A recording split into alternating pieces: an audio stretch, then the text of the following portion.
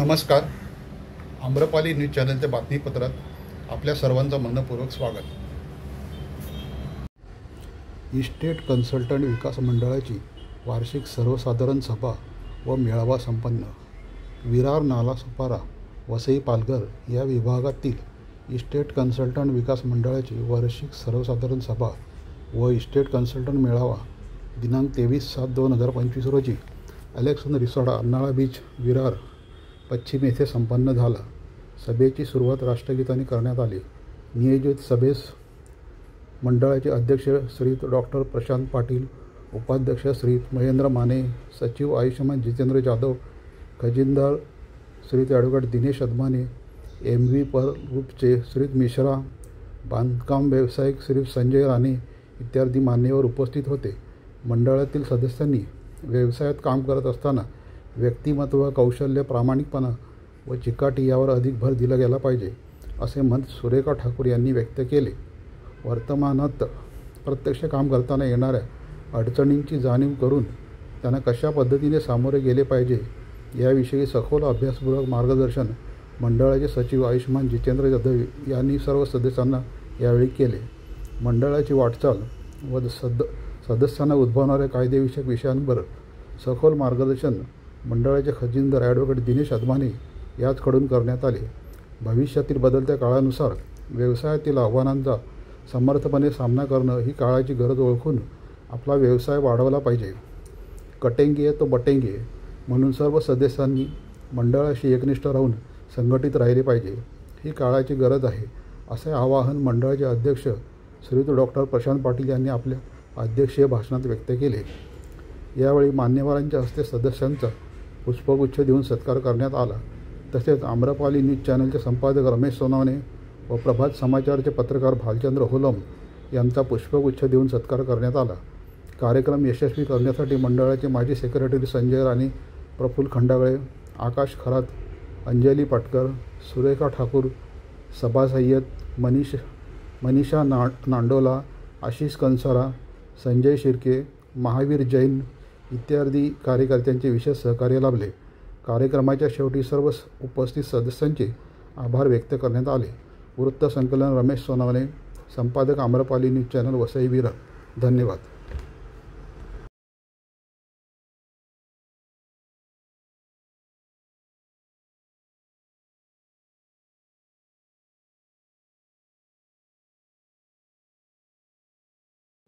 विरार पूर्वेकडील रिअल इस्टेटमधील एक अग्रगण्य नाव Prasanna estate agency.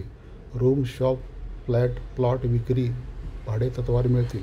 Shop number 2, Vaibhav industrial estate, Ganpati मंदिर समोर, VS मार्ग, विरार पूर्व. प्रोप्रायटर प्रफुल्ल खंडागळे. खूप चांगलं भरीव काम करत आहेत. रिअल इस्टेटमध्ये पण ते काम करत आहेत. जोरदार टाळ्या करा त्यांच्यासाठी पण त्यांनी दिलेल्या योजनाबद्दल आम्ही त्यांना सगळ्यांच्या वतीने धन्यवाद देत आहोत. थँक्यू. अध्यक्षांना विनंती करतो की आपण त्यांना फुलगुच्छ देऊन सत्कार करावा.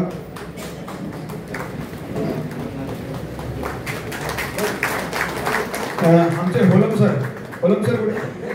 ज्यांनी सूत्र सांभाळली या कार्यक्रमाची, मला मोलाचं सहकार्य दिलं, त्यांचंही न्यूज चॅनल प्रभात समाचार आपल्याला सगळ्यांना सुपरिचित आहे. मी त्यांना विनंती करतो की त्यांनी पुढे यावं. अध्यक्षांनी त्यांनाही पुष्पगुच्छ देऊन त्यांचा सत्कार करावा अशी मी त्यांना विनंती करतो.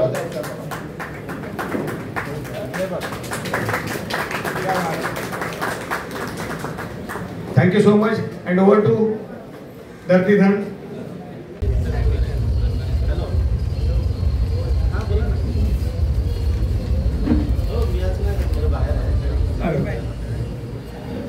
आदरणीय अध्यक्ष आणि founder Prashant Patil sir, Jitendra Jadhav sir आणि ॲडव्होकेट दिनेश अदमाने, आमचे सगळे सदस्य, सगळे मेंबरचे सदस्य वगैरे आहेत, मेंबर्स, आणि आमचे रिअल इस्टेट सगळे बंधू आणि भगिनी, तुम्हाला नमस्कार.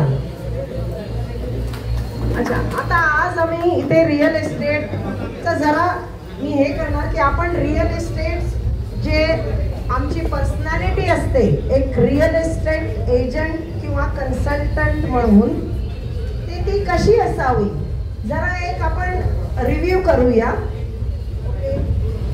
तर रिअल इस्टेट एजंटचं जे व्यक्तित्व असतं, जी पर्सनॅलिटी असते, त्याला कसं प्रभावशील किंवा आपली जी सफलता आहे ती किती महत्त्वपूर्ण प्रभाव घालते आपल्या कस्टमर्सला, आपल्या क्लायंट्सला, जरा त्याच्याकडे आपण एक नजर टाकूया.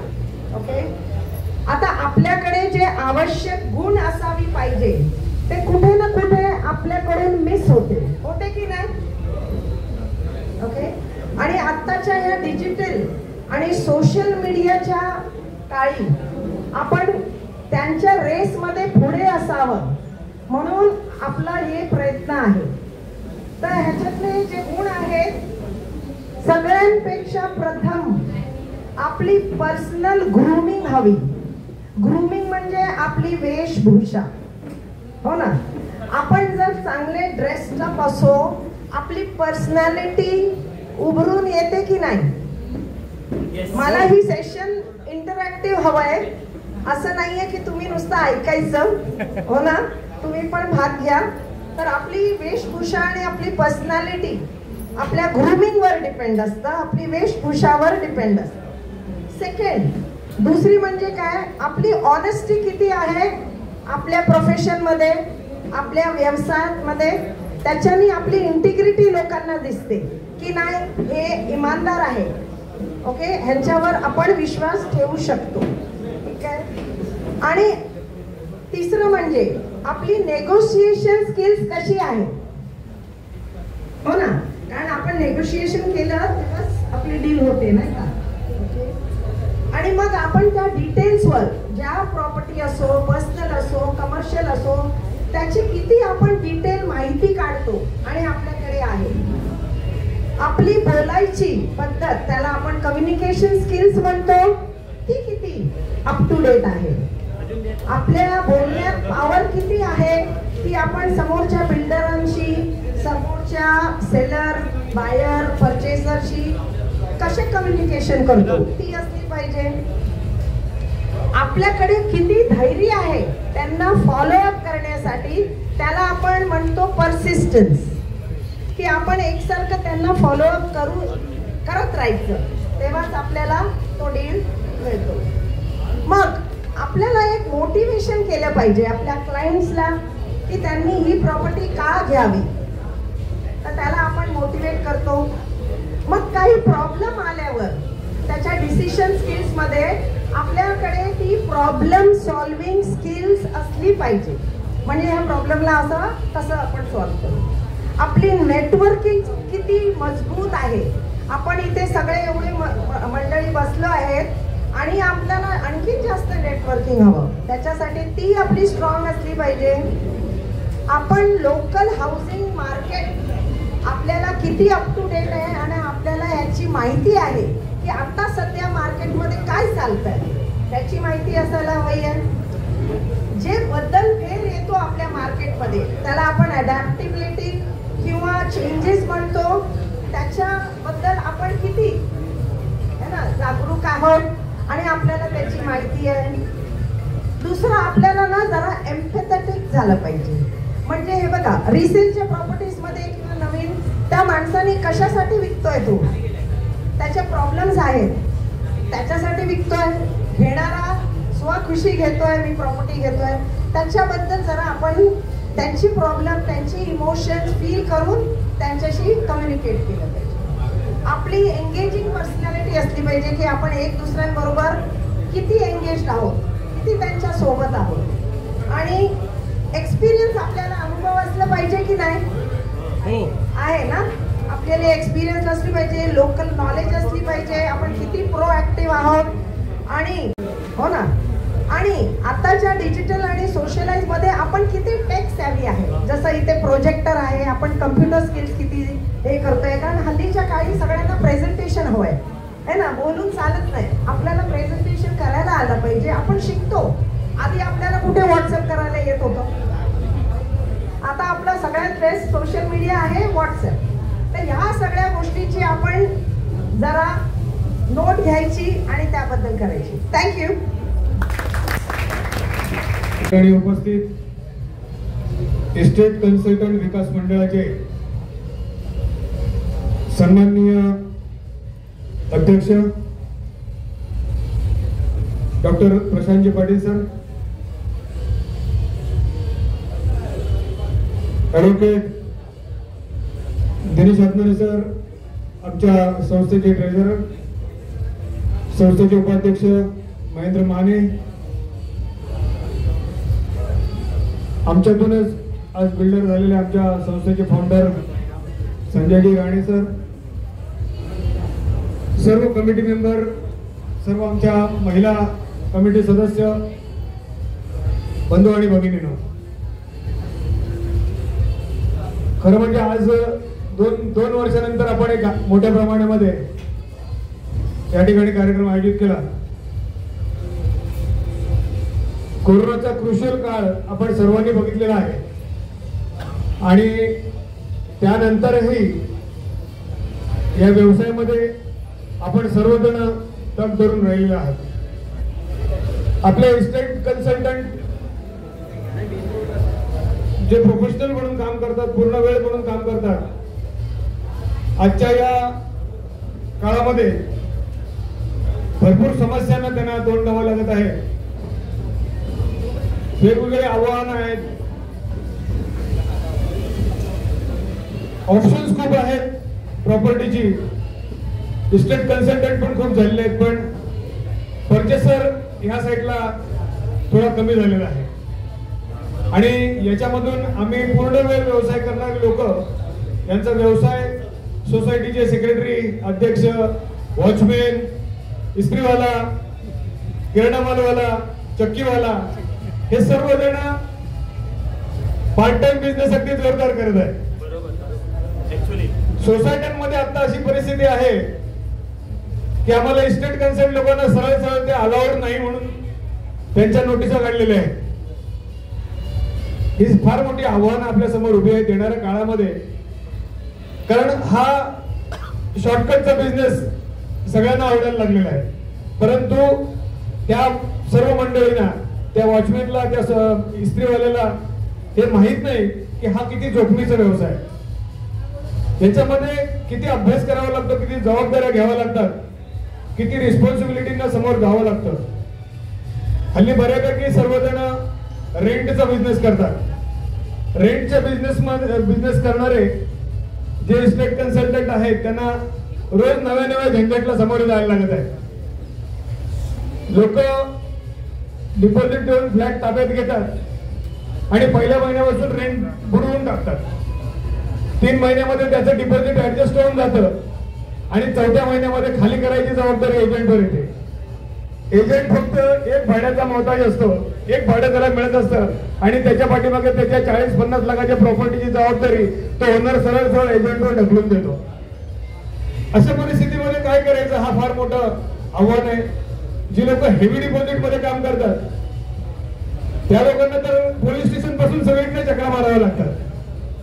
अत्यंत भयानक परिस्थिती या मार्केटमध्ये झालेली, कारण जो येणारा कस्टमर आहे तो आपल्याला, त्याला जेव्हा गरज असते तेव्हा तो आपल्याकडे आलेला असतो आणि अत्यंत गोड बोलत असतो, आपल्या सर्व ओळखी सांगत असतो. आपण काही त्याचा पूर्ण बॅकग्राऊंड चेक करत नाही, किंवा आपण किती जरी विचार करायचा म्हटलं किंवा किती, आपण फक्त KYC चेक करू शकतो. आपल्याला त्याची पास्ट हिस्ट्री कळायला फार मोठी अडचण असते. आणि ज्यावेळेला असा काही प्रसंग निर्माण होतो त्यावेळेला आपल्याला कळतं की अरे हा माणूस हॅबिच्युअल आहे, किंवा या माणसाने अगोदर बऱ्याच ठिकाणी असं फसवलेलं आहे. काय आहे की 3-4 महिन्यामध्ये अगदी 4 महिन्याचं लाईट बिल आणि डिपॉझिटची रक्कम हडप केली की तो 5व्या महिन्यामध्ये दुसरीकडे जायला मोकळा होतो, किंवा त्या मालकाबरोबर झंझट करत राहतो, मालकाला पोलीस स्टेशनला पाठवतो. आणि ते जर अग्रीमेंट त्याच्या म्हाताऱ्या आईच्या नावावर केलेलं असेल तर एजंट साफ बरोबर. अशी परिस्थिती सध्या मार्केटमध्ये चाललेली आहे. माझी या निमित्तानं, आमच्याकडे या बऱ्याचशा तक्रारी येतात, तर या निमित्तानं माझं सर्वांना विनंती आहे की तुमच्या ऑफिसमध्ये येणारा किंवा तुमच्या संपर्कात येणारा जो कस्टमर आहे त्याची नीट व्यवस्थित तपासणी करून घ्या. जर अशा पद्धतीने एखाद्या कस्टमरने केलं तर आपल्या ग्रुपमध्ये त्या कस्टमरच्या नावासकट कॉन्फिडेन्शियल एक माहिती सगळ्यांना सांगण्याचा प्रयत्न करा की बाबा या कस्टमरने, अशा अशा व्यक्तीच्या माणसाने या ठिकाणी असा असा गोंधळ केलेला आहे. तर ऍटलिस्ट आपल्या ग्रुपमध्ये ती माहिती मिळालेली असेल तर आपण इस्टेट एजंट, इतर इस्टेट एजंट त्याचे अलर्ट होतील की नाही नाही, या माणसाचं मागे कुठेतरी मी वाचलेलं आहे आणि या माणसाने असं असं केलं, त्या माणसाला तुम्ही समोर विचारू शकता आणि त्याला नो म्हणून सांगू शकता. ऍज अँड वेन जेव्हा आपण नो म्हणू त्यावेळेला ती लोक आपल्याकडे येणार नाहीत. मग कोणतरी चक्कीवाला आणि कोणतरी इस्त्रीवाला जर जेव्हा त्याला वॉचमॅन जेव्हा त्याला भेटतो तेव्हा वॉचमॅनला जेव्हा पोलीस स्टेशनच्या चक्रा खायला लागतील तेव्हा मग ही लोक थोडंसं कमी होऊन जाते. आणि आपल्याला काय करायचं आहे की आपल्याला त्या संबंधित व्यक्तीची पूर्ण माहिती घ्यायची. सेलिंगच्या बाबतीतलं पण नवे ट्रेड, नवी जी काय माहिती गव्हर्नमेंट कडून येत असते त्याचं आपल्याला थोडं नॉलेज घ्यायला पाहिजे. मॅडमने आता, ठाकूर मॅडमने आता सांगितलं की आपल्याला कॉम्प्युटर सावी व्हायला पाहिजे. आता AI चा जमाना आलेला आहे आणि त्या जमान्याबरोबर मला हे कसं जमेल याची भीती न बाळगता तो शिकण्याचा प्रयत्न प्रत्येकाने करायचा. खूप काम इझी होऊन जातं. या AI चा वापर केल्यानंतर आपलं खूप काम इझी होऊन जातं आणि ज्याचं आपल्याला टेन्शन वाटत असतं ते काम चुटकी में AI करून टाकतो. ही सध्याची परिस्थिती आहे. तर जरा ते शिकण्याचा आपण प्रयत्न करूया. हेवी डिपॉझिटच्या बाबतीमध्ये तुम्ही जेव्हा हेवी डिपॉझिटचं काम कराल तेव्हा दोन्ही पार्ट्यांना समक्ष बसवून तुम्ही तुमच्या जबाबदारीने आणि तुम्ही तुमच्या जबाबदारीने हा डील करत आहात. उद्या कुठल्याही प्रकारची जर तुमच्यामध्ये डिस्प्यूट झालं तर माझी जबाबदारी फक्त डील करण्यापुरती आहे. वसुली करण्याचं काम तुम्ही कायद्याने करायचं आहे. हे तुमच्या MOU मध्ये वेगळं तुम्ही द्या किंवा त्यांना अगोदर समजावून सांगा. पैसा वसूल करने का काम मैं नहीं करता हूं क्योंकि मैं प्रोफेशनल धंधे वाला आदमी हूं. वसूली का काम करने वाला कोई गुंडा नहीं हूं. मैं किसी के गिरेबान में हाथ नहीं डालूंगा.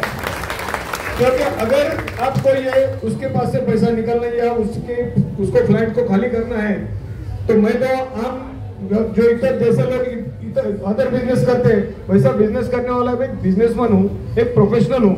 तो मेरा काम किसी का रूम खाली करना है या किसी के पैसे वसूल करके देना ये मेरा काम नहीं हो सकता. अब इसके लिए रजिस्टर्ड एग्रीमेंट कंपलसरी बनाना जरूरी है. पुलिस वेरिफिकेशन कंपलसरी करना जरूरी है. अगर सामने वाला इंसिस्ट करता है कि नोटरी में चलता है नहीं यार, 500 रुपए में काम होता है, तो आप उनको बोले भाई नोटरी का काम हम लोग नहीं करते.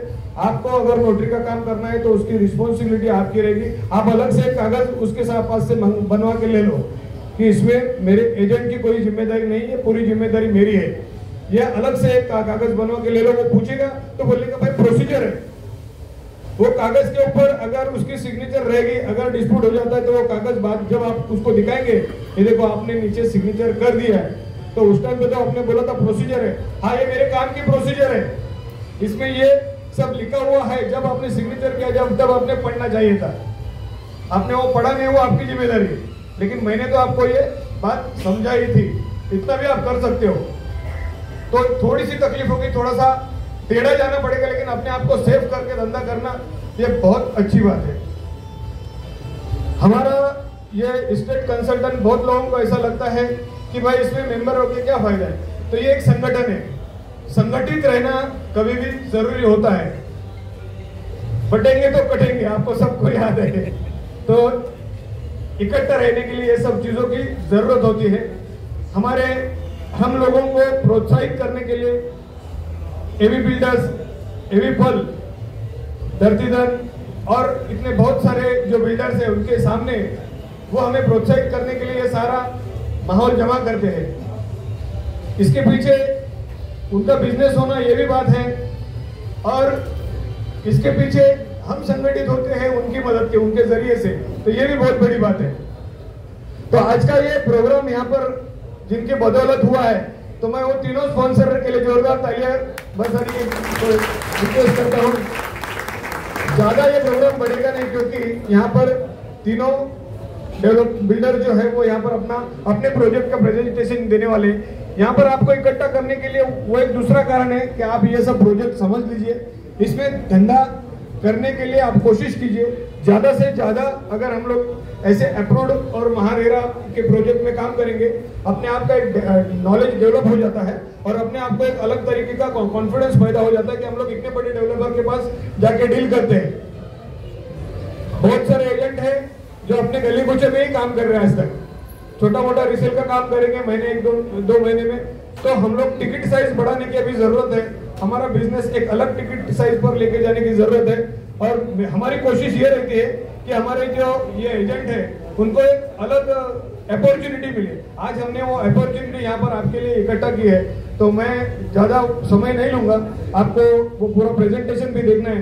मैं इतनी बात कहकर यहाँ पर आप सभी टाइम पर यहाँ पर पहुंचे और इस कार्यक्रम की शोभा बढ़ाई, इसलिए आप सभी का स्टेट कंसल्टेंट विकास मंडल की ओर से धन्यवाद देता हूँ। Thank you so much. Estate consultant विकास मंडळाचे बंधू आणि भगिनींनो, तसंच माननीय व्यासपीठ, सगळ्यांना शासनीय जय महाराष्ट्र। आजची ही आपली एजीएम 16 वर्ष झालेली आपली 16वी एजीएम आहे। आजच मला एक वाईट बातमी मिळालेली आहे। आमचे सहकारी एजंट संदीप शिरवणकर जे कारण आहे हे एस्टेट कन्सल्टंट विकास मंडळ फॉर्मेशन करायला तो कारण आहे, त्याचं देहांत झालेलं आहे, कॅन्सरनी तो मेलेला आहे, आजच कळालेलं आहे। तर मी सगळ्यांना एक विनंती करतो, एकच मिनिट आपण उभे राहून श्रद्धांजली देऊया।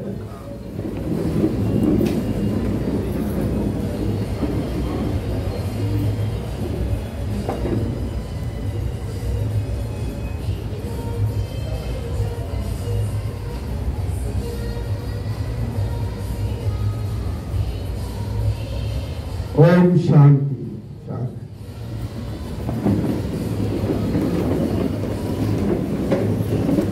संदीप शिरवणकर बद्दल सांगायचं हे झालेलं आहे की एक मीटिंग मध्ये मी आपल्या अध्यक्षांच्या ऑफिसवरती गेलेलो, तेव्हा एक सीन चालला होता। हा संदीप शिरवणकर जोरजोरात रडून अध्यक्ष साहेबांना विनंती करत होता त्याच्यावरती अन्याय झालेला।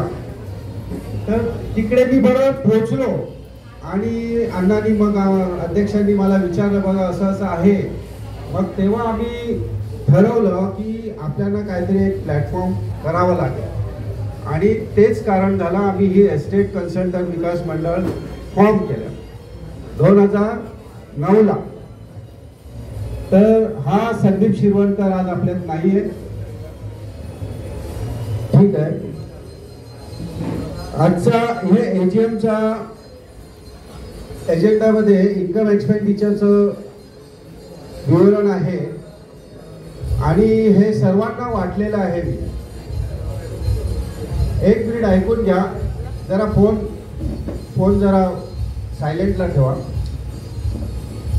आणि आम्ही प्रत्येक वर्षी आमचं ऑडिट करत असतो लीगली, त्याच्यात आमचं एक्सपेंडिचर असं काहीच नाही आहे। ऑफिसचं फक्त ऑफिस रेंट आणि ऑफिस बॉय आहे आणि आपला ऑल ओव्हर बॅलन्स आहे 11,33,800 हे आपल्या सेव्हिंग मध्ये आहे। तरी आपली ही संघटना ही पालघर जिल्ह्याची आहे आणि हजारो एजंट्स तयार झालेले आहेत। ते एजंटचे लायसन घेतात आणि येत नाही, परत काय येत नाही काय समजत नाही। तर मी परत सगळ्यांना रिक्वेस्ट करेल की तुम्ही लाईव्ह मध्ये येत राहा। फक्त मला एवढंच समजते की काय प्रॉब्लेम झाल्याच्या नंतर येतात, संघटनेच्या ऑफिसला येतात, रिक्वेस्ट करतात असं असं झालेलं आहे आणि मग रिन्यू करतात पैसे। असं नका करू। संघटना चालवायला खर्च लागतो आणि खर्च असेल तर व्यवस्थित सगळे प्रोग्राम होतात। आजच्या या प्रोग्रामला आपले 3 फायनान्सर म्हणू शकतो, आपले एव्ही पल, त्याच्यानंतर धरतीधर आणि आमचे माजी सचिव राणे साहेब, त्यांनी गेल्या वेळी पण फायनान्स केलेला आहे। तर यांच्या फायनान्समुळे आपल्याला तो बळ मिळत आहे, तसंच एक प्रोत्साहन मिळते। तेही आपल्याला आपल्या समोर एक टार्गेट देत आहेत, टार्गेट देऊन ब्रोकरेज संदर्भात ही ते सांगतील। माझी त्यांना एक रिक्वेस्ट आहे की आमच्याकडे असे आमचे सहकारी येतात, कंप्लेंट घेऊन येतात ब्रोकरेज संदर्भात। तुम्ही जसं आश्वासन देतात तसं तुम्ही त्याप्रमाणे गोष्ट घडली पाहिजे, ब्रोकरेज मिळाले पाहिजे. कारण काय की अशा कंप्लेंट्स असतात ना ते सॉल्व्ह करताना आम्हाला प्रॉब्लेम होतो. तुमचा जो बुकिंगसाठी बसणारा माणूस असतो तो कधी बदलतो, तर तो कधी कधी इग्नोर करतो की हा पार्टी घेऊन नाही आलेला आहे काय. तर तुम्ही जे काही बुकिंग करतात तर ते तुमचे फॉर्म वगैरे नीट हे करून घ्या. आणि असे काही कंप्लेंट्स आले नाही पाहिजे. काल पण एक कंप्लेंट आलेली की आम्ही घेऊन गेलेलो, व्हिडिओमध्ये आहे सगळं आहे, आणि बिल्डर इग्नोर करतो, नाही हे दुसरं कोणी आणलेलं आहे. मग CCTV मध्ये सगळं आहे, पार्टी घेऊन आलेलं आहे. दुसरी महत्वाची गोष्ट की पार्टी कधीच स्वतःचा ब्रोकरेज वाचवण्यासाठी कधीच खरं बोलत नाही, हे लक्षात ठेवा. फायनान्सर कधीच खरं बोलत नाही. ते म्हणतात त्यांचं आमचं भलं कसं हो, आम्हाला फ्लॅट मिळाला बस दुनियादारी केली एवढं. तर तसं झालं नाही पाहिजे. एस्टेट एजंट भरोशाने आपल्यासाठी काम करतो तर त्याला त्याचं फळ मिळालं पाहिजे. त्याच्या हे काम करतो त्याचं फळ त्याला मिळालं पाहिजे, याची थोडीशी दक्षता घ्या. तसंच आपलं हे युनियन असं आहे की आपल्याकडे 99% सॉल्युशन होते. माझी सगळ्यांना रिक्वेस्ट आहे की पहिला चालायचं ऑफ द वे आपण कामं करायची, पण आता तसं नाही. आता लॉ फार स्ट्रिक्ट आहे, लिगली जावं लागते. तर सेल करताना MOU करा, 2 विटनेस ठेवा, हे बेस आहे, हे बेसिक आहे, याला काय सांगायची गरज नाही, पण तरी पण मी तुम्हाला सांगतो. त्याच्यानंतर लिव्ह लायसन करताना रजिस्ट्रेशन करा. रजिस्ट्रेशन करताना तुम्ही ते मेन्शन करून घ्या की जर रिन्यू करायचं असेल तर ब्रोकरेज देणार नाही देणार त्याचं मेन्शन पाहिजे, तर ते बेसमेंट फाईन करायला. एक लक्षात ठेवा. MOU करताना परत सांगतो 2 विटनेस पाहिजे. स्टॅम्प पेपर नसला तरी चालेल, पण रेव्हेन्यू स्टॅम्प असला गरजेचा आहे. 1 रुपयाचा रेव्हेन्यू स्टॅम्प. ठीक आहे. मी आता काय जास्त वेळ नाही घेणार. आजचा दिवस हा आपल्या CP मीटिंगचा आहे. आपले फायनान्सर्स 3 फायनान्सर आहेत, त्यांना आपण वेळ दिलेला आहे. मी माझं भाषण इथेच संपवतो आणि माने समोर बोलून. नमस्कार. त्या आवाजामध्ये माझा आवाज पोचतो ना तिथपर्यंत. आणि माझं नेहमी असं म्हणणं असतं की आपला आवाज शेवटपर्यंत पोचला पाहिजे, मग तो कस्टमर असो किंवा बिल्डर किंवा सरकार असो. जर आपला आवाज त्यांच्यापर्यंत पोचला नाही तर आपला उल्हासाचा आवाज जो आहे तो दाबून टाकणार. आणि तो आवाज बनवण्यासाठीच आपण ही संघटना बनवलेली आहे, ही सर्वात प्रथम गोष्ट आहे. तर सर्वात प्रथम मंचावर उपस्थित सर्व सन्माननीय आपल्या संस्थेचे सदस्य पदाधिकारी, या ठिकाणी आपल्याला मिळालेले स्पॉन्सर्स, इथे उपस्थित माझे सर्व ईस्टर्न एजंट बंधू बांधव आणि सर्व भगिनी, सर्वांना सप्रेम नमस्कार. खूप आनंद होतो ज्यावेळेला मी आपल्या सर्वांमध्ये येतो, कारण माझ्यासमोर त्यावेळेला विरारच्या विकासाचे खरे शिल्पकार उभे असतात. कारण आपणच जे आहोत जे या संपूर्ण बांधकाम व्यवसायाला खरा अर्थ पुरवठा करत असतो. तुम्ही एक क्षणभर विचार करा की विरार वस्तीमधल्या सर्व इष्ट एजंट लोकांनी सांगितलं यापुढे आम्ही 1 महिनाभर धंदा करणार नाही, किती बुकिंग होईल. आणि ही आपली ताकद आहे, आणि ही ताकद तुम्ही कधी विसरू नका. सगळ्यात महत्वाचा हा विषय आहे. आज AGM आहे, त्यामुळे AGM मध्ये काही विषय आपले इम्पॉर्टंट आहेत आणि काही गोष्टी आपल्याला समजणं अत्यंत गरजेचं सुद्धा आहे. बघा, आत्ताच ताईंनी खूप चांगल्या प्रकारे या ठिकाणी मार्गदर्शन केलं की आपली पर्सनॅलिटी कशी असायला पाहिजे. असं म्हणतात की first impression is a last impression. तुम्ही तुमच्या ऑफिसमध्ये आल्या, तुम्ही कशी अस्ताव्यस्त बसलेले आहात, तुमच्या तोंडामध्ये गुटखा भरलेला आहे, तुम्ही कुठे सिगरेट पिताय, तुमचा पाय एखाद्या टेबलावर पडलेला आहे, तर तुमच्याकडे पाहण्याचा दुसऱ्याचा दृष्टिकोन आधीच खराब होणार. त्यामुळे आपलं पहिलं इम्प्रेशन कसं चांगलं पडेल याचा विचार करा. आणि दुसरं असं म्हटलं जातं की जो गोड बोलतो ना तो माती सुद्धा विकतो, आणि जो कडू बोलतो ना त्याचं सोनं सुद्धा विकलं जात नाही. त्यामुळे आपल्या सर्वांची जी जीभ आहे ती गोड असली पाहिजे. त्यामुळे डोक्यावरती आईस फॅक्टरी आणि तोंडामध्ये शुगर फॅक्टरी अशी आपण ठेवली तरच आपला धंदा होणार आहे. हे सर्वात सगळ्यांनी लक्षात ठेवायला पाहिजे. आता कसं आहे, आपण आहे ना परस्पर जगत असतो. म्हणजे बिल्डर जगले तर आपण जगणार, आणि आपण जगलं तर बिल्डर जगणार. त्यामुळे आपण एकमेकांना समन्वय ठेवून आपल्याला जगायला पाहिजे. मी बिल्डर्सना पण सर्वांना सांगतो की भले तुम्ही 100 रुपये रेट जास्त ठेवा, पण इष्ट एजंटना 2 पैसे जास्त द्या. काय प्रॉब्लेम आहे? ते एवढी मेहनत करतात. परंतु हे करत असताना इष्ट एजंट लोकांनी पण तेवढीच जबाबदारी घेतली पाहिजे, तर 2 पैसे आपल्याला अधिक मिळतात. तसं बघा, लोक आपल्याला दलाली द्यायला काय घाबरतात? काय पण मी 40 लाखाचा फ्लॅट घेतला आणि पटकन 80,000 देऊ याला. अरे 80,000 कमवायला काय लागते की नाही? त्यांनी काय केलं, फक्त आले आणि दाखवलं आणि घेतलं. मग ही भूमिका त्यांच्या डोक्यात तयार होती की फक्त एवढू शकत एवढे पैसे द्यायचे. आपण एक कांदा बटाटा घेताना मग भाव करतो, अरे बाजार में उधर उतना भाव में बेचता है, शेतकरी तो इतने सस्ते में बेचता है. आपण बोलतो ना, आपल्याला आवडते की आपल्याकडून आपल्याला लुटलं जातं, तसं त्या घेणाऱ्याला पण वाटतं. मग त्याच्या अगेन्स्टमध्ये आपण काय केलं पाहिजे? आपण तशी त्याला सेवा दिली पाहिजे, त्याचं काम जरा सुरळीत झालं पाहिजे, त्याचा विश्वास संपादन केला पाहिजे. त्याला वाटलं पाहिजे की मी या माणसाकडून पैसे दिल्यात, आता मी बिनधास्त आहे आणि वेळ पडली तर त्याच्यासाठी आपल्याला लढता आलं पाहिजे बिल्डर सोबत. आणि बिल्डरला पण वाटलं पाहिजे की माझ्यासाठी हा माणूस त्या कस्टमरशी पण लढतो. अशा दोन्ही बाजूने जेव्हा आपण काम करणार ना, तेव्हा आपण विश्वासपात्र बनणार आणि तेव्हा आपण हक्कदार होतो त्या पैशाचे. ज्यावेळेला अशा प्रकारचे आपल्याला लोक पैसे देतात त्याच्यामागे कारण काय? एकदा तो आपल्या सर्व्हिसबद्दल नाखुश आहे किंवा मग तो तसाच आहे, मग त्याच्याशी आपल्याला लढलं पाहिजे.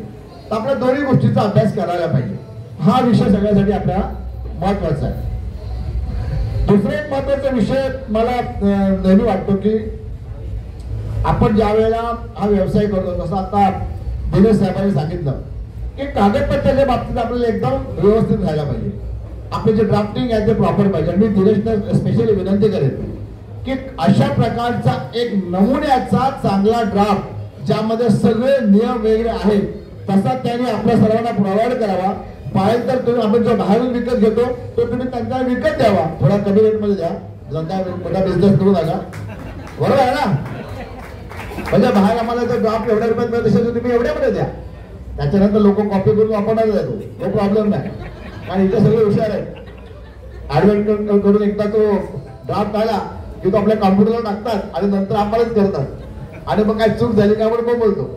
प्रत्येक केस एक तशी तुलनात्मक वेगळी असते, त्यामुळे त्याचे पॉईंट त्याच्यामध्ये आल्या पाहिजेत. आपण जर असते तर सगळेच वकील झाले असते. तर तुम्ही पण प्रत्येक वेळेला अशा प्रकारे ऍडजस्टमेंट केलं तर त्यांनाही परवडेल.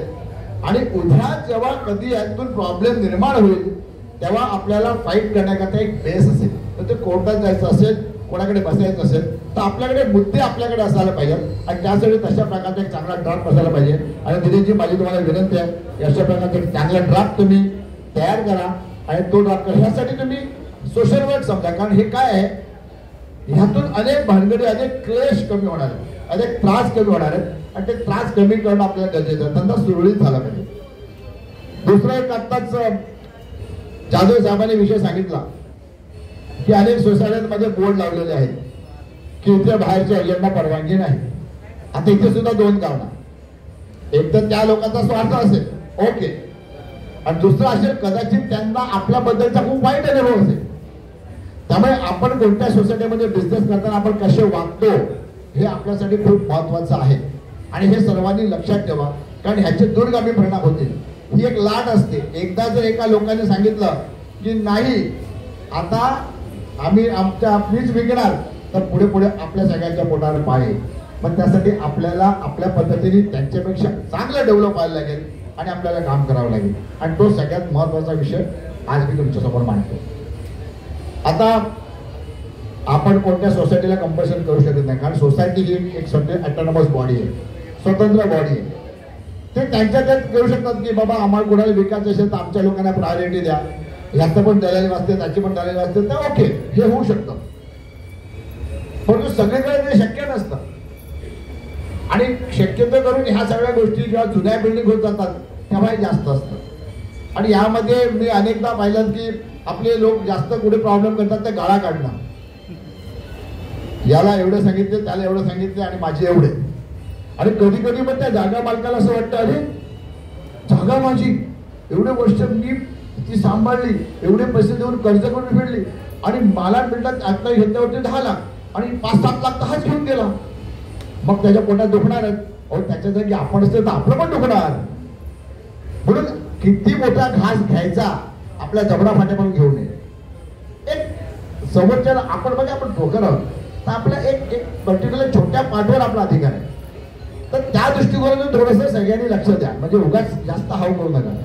हा अशा वेळेला तुम्ही करू शकता की एखादा माणूस विकतोय, तू किती विकतो 15 ना, बाबा हे घे मी 5 लाख तुला देतो, मी देतो, आणि त्यानंतर तुम्ही गिराईक बघा आणि मग करा. हा विषय तुम्ही करू शकता, कारण हा बिझनेस आहे, तुमची त्यात इन्व्हेस्टमेंट आहे. हे वरच्यावर हवेतलं तेवढे नका काढू, तो नाही देणार आणि पुढे आपला धंद्यात बॅलन्स देणार. तर त्या दृष्टिकोनातून सगळ्यांनी आगामी काळामध्ये विचार करायला पाहिजे. आता दिनेश साहेबांनी जस्ट हिशोबामध्ये सांगितलं की आपल्याकडे 11 लाख रुपये जमा आहे. सगळ्यांनी टाळ्या वाजवल्या. आपली संस्था स्थापन किती वर्ष झाली? 16 वर्षात फक्त आपण 11 लाख रुपये जमा करू शकले. मला सांगा एका माणसाने आतापर्यंत आयुष्यामध्ये एवढ्या 16 वर्षामध्ये लाख रुपयाचा धंदा केला असेल? नाही ना. आपण अहवालांचं बघितलं, आपण करोडो रुपयाचा धंदा केलेला आहे. मग आपण आपल्याकडे काय जमवलं? हे पैसे कशासाठी पाहिजेत? माझं कसं ध्येय आहे की दरवेळेला आपल्याला कुठे ना कुठे अशा प्रकारे एजंट घ्यायला लागते. अरे आपलं स्वतःचा हॉल असायला पाहिजे, आपलं स्वतःचं ऑफिस असायला पाहिजे. त्यासाठी आपल्याला काम करायला पाहिजे, त्यासाठी आपल्याला फंड जमा करायला पाहिजे. हा फंड आपल्या इयरमार्क ठेवायचा आहे. ज्या दिवशी आपल्या स्वतंत्र वास्तू असेल ना, त्यावेळेला आपण समजू अरे दुनियाला घरं घेऊन दिली, दुनियाची घरं विकून दिली आणि आपण अजून रस्त्यावर, आपण अजून उधारीवर, अजून ठिकेवर. नाही, तसं चालणार नाही. आपल्याला आपल्या स्वतःची वास्तू तयार करावी लागेल. आणि त्यासाठी एवढे सगळे असताना जर आपल्या लोकांकडे बघायची वेळ आली तर आपल्याला आपली सगळ्याची शरम वाटली पाहिजे. आणि म्हणून थोडासा त्यासाठी प्रयत्न करा. हे पैसे आपला खर्च खूप लिमिटेड खर्च आहे आपला. आपल्याकडे असलेला एक स्टाफ आणि किरकोळ आपल्याला काही गोष्टी लागतात. याच्या व्यतिरिक्त आपली संस्था वायफळ खर्च करत नाही. इव्हन आपले सगळे जे सदस्य कमिटीचे जे सगळेजण अग्रेसिव्ह आहेत की आपण पुढे जास्त खर्च करू नये. पण काही ज्या गोष्टी आहेत त्या असणारच. तेवढ्या फ्रेमच्या बाहेर आपण जाऊ शकत नाही. आपले एजंट काय तिकडे पार्ट्या करत बसत नाही, की कोण खातपीत बसत नाही संस्थेच्या पैशाने. प्रत्येक जण आपापल्या श्रमाने स्वतःच्या गाडीने तिकडे येणार, स्वतःच्या गाडीने जाणार आणि कुठे सेवेचंच कार्य करत असतात. त्यामुळे थोडासा त्यांच्यावर तुम्ही पूर्णपणे विश्वास ठेवा. हे सगळ्यात अजून महत्वाचं आहे. आता जस्ट विषय निघाल्याप्रमाणे की जग आधुनिक होत चाललंय आणि आधुनिक जगाचा कुठेतरी फायदा आपल्याला पण घ्यायला पाहिजे. अनेक कस्टमर आहेत ते आपल्याला फसवतात. अनेक कस्टमर आपल्याला पैसे देत नाही. अनेक कस्टमर भानगडी करतात. तिथे 5-6 महिने राहायचं, उठायचं, तिथे राहायचं, सगळ्यांना फसवत चालायचं. अशा कामामध्ये मी सुद्धा फसलेलो आहे. माझ्या जागेमध्ये माझ्या ज्या स्वतःच्या प्रॉपर्टीज आहेत त्यामध्ये अनेक लोकांनी पैसे बुडवले आणि हे फार चुकीचं आहे. असं म्हणून मला वाटतं की आपले स्वतःची एक डेटा बँक असायला पाहिजे की अशा प्रकारे वागणाऱ्या अशा कस्टमरचा आधार कार्ड आपल्याकडे असतं.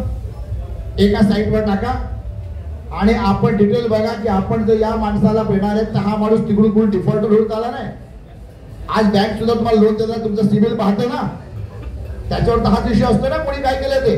मग आपण काय नाही करू शकत. आणि ह्यामुळे खूप मोठा फरक पडणार आहे.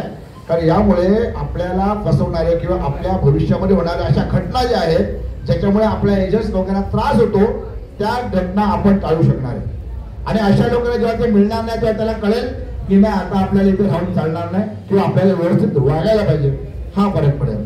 सेम टू सेम बिल्डरच्या बाबतीत कधी कधी बिल्डर सुद्धा आपल्याला नाही देत पैसे. अनेक बिल्डर देतात, 90% बिल्डर देतात, मला त्याच्याबद्दल खात्री आहे.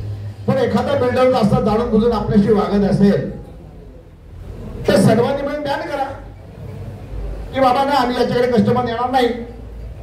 आम्हाला त्या साईट बद्दल विचारलं सांगणार आम्ही नाही, ती साईट आम्हाला आवडत नाही, त्याचा व्यवहार आवडत नाही, आम्ही त्याच्याकडे जात नाही. ऑटोमॅटिक त्याच्या सेलवर परिणाम होईल. ऑटोमॅटिक त्याला तुमच्याकडे परत यावं लागेल. आपल्याला त्याच्याकडून चुकीचं काही नको, पण आपल्या हक्काचं द्यायला जर कोण लढत असेल तर त्याला आपण लढलं पाहिजे की नाही. पण त्याची तयारी ठेवा आणि त्याच्यासाठी एक राहा. आणि ह्याने नाही सांगितलं पण मी माझा विकून टाकतो ना, मी करून टाकतो ना, मला मिळालं ना, असं तुम्ही केलं ना तर आता जाधव साहेब बोलले पटेंगे तो कटेंगे, तुम्हाला काय राहणार नाही. आणि त्यामुळे युनायटेड राहणं ही आता सगळ्यांची आज गरज आहे. आणि आता काळ अजून बदललाय. मी राणांचं स्पेशली कौतुक करतो. एक एक्सटेरियर म्हणून चालू केल्यानंतर एक होलसेल एजंट, एक डेव्हलपर, अशा प्रकारे त्यांनी स्वतःची डेव्हलपमेंट केली. कशी केली तर पहिले सगळ्यात मॅडमने सांगितलं तुमच्या धैर्य पाहिजे, स्वतःकडे हिंमत पाहिजे. तुम्हाला एकट्याने नाही जमत ना, 5-10 लोक एकत्र या. नालासोपाराला मी स्वतः बघितलं की त्या 8 लोकांनी एकत्र येऊन एक व्यवस्थित संस्था तयार केली आणि त्यांनी होलसेल एजन्सी घेतली आणि आज 8 ते 10 बिल्डिंग त्यांनी विकून चांगला पैसा कमवला. जर त्यांना करू शकतं, ते करू शकतात, मग आपण का नाही करू शकत? मग त्यासाठी तुम्हाला एकत्र व्हायला लागेल. आता त्यासाठी काय सगळ्यांनी आपण सगळ्यांचीच काय अशी पोट बांधू शकत नाही. तर लाईक माइंडेड पीपल आपल्याला एकाजवळ यायला पाहिजे, ज्या लोकांचे विचारसरणी सारखी आहे, एकमेकांशी जमते, थोडेसे पैसे टाकू शकतात, थोडीशी मेहनत करू शकतात, थोडासा तग धरू शकतात, एकमेकांवर विश्वास ठेवू शकतात. अशा लोकांनी एकत्र आले तर त्यांना सुद्धा हा व्यवसाय करणं शक्य आहे. आणि ते शक्य झालं तर तुम्हाला 2 पैसे अधिक मिळतील. आणि ते शक्य कसं आहे? समजा आता 10 तुमच्यापैकी 10 लोकांनी संस्था उभी केली आणि तुम्हाला जर 3 ते 5 ते 6% जर बिल्डरकडून मिळाले तर तुम्ही तुमच्या एजंटला 3% द्या, तरी तुम्हाला पैसे होणार आहेत. अशा प्रकारे तुम्ही एकमेकांना सहाय्य करून अवघ्या देऊ शकता. तर विन विन सिच्युएशनने आपल्याला याच्यामध्ये काम करावं लागेल, तर पैसे मिळतील, तरच हे पुढे जाणार आहे. निव्वळ तुम्ही बघा, जे काय पैसे मिळतात, काही लोकांना जास्त मिळतात, पण काही लोकांना तेवढे पैसे मिळत नाही आणि काही लोकांना तेवढं जेवढं त्यांना इन्कम असायला पाहिजे तेवढं होत नाही. जे मिळतं ते हातावर आल्या, पोटात गेला, विषय संपला, मुलं बाळा संपली की आपल्या सेव्हिंग 0, परत आपण उद्याच्या गिरायकीची वाट बघायची. असं होण्यापेक्षा आपल्याला थोडंसं एक पुढचं पाऊल टाकावं लागेल, ॲग्रेसिव्ह व्हायला लागेल. आपल्याला अनेक गोष्टीसाठी एआयचा वापर करावा लागेल आणि त्याचा वापर करून करा. असे अनेक जे मोठे डेव्हलपर्स आहेत यांच्याशी कॉन्टॅक्ट करा.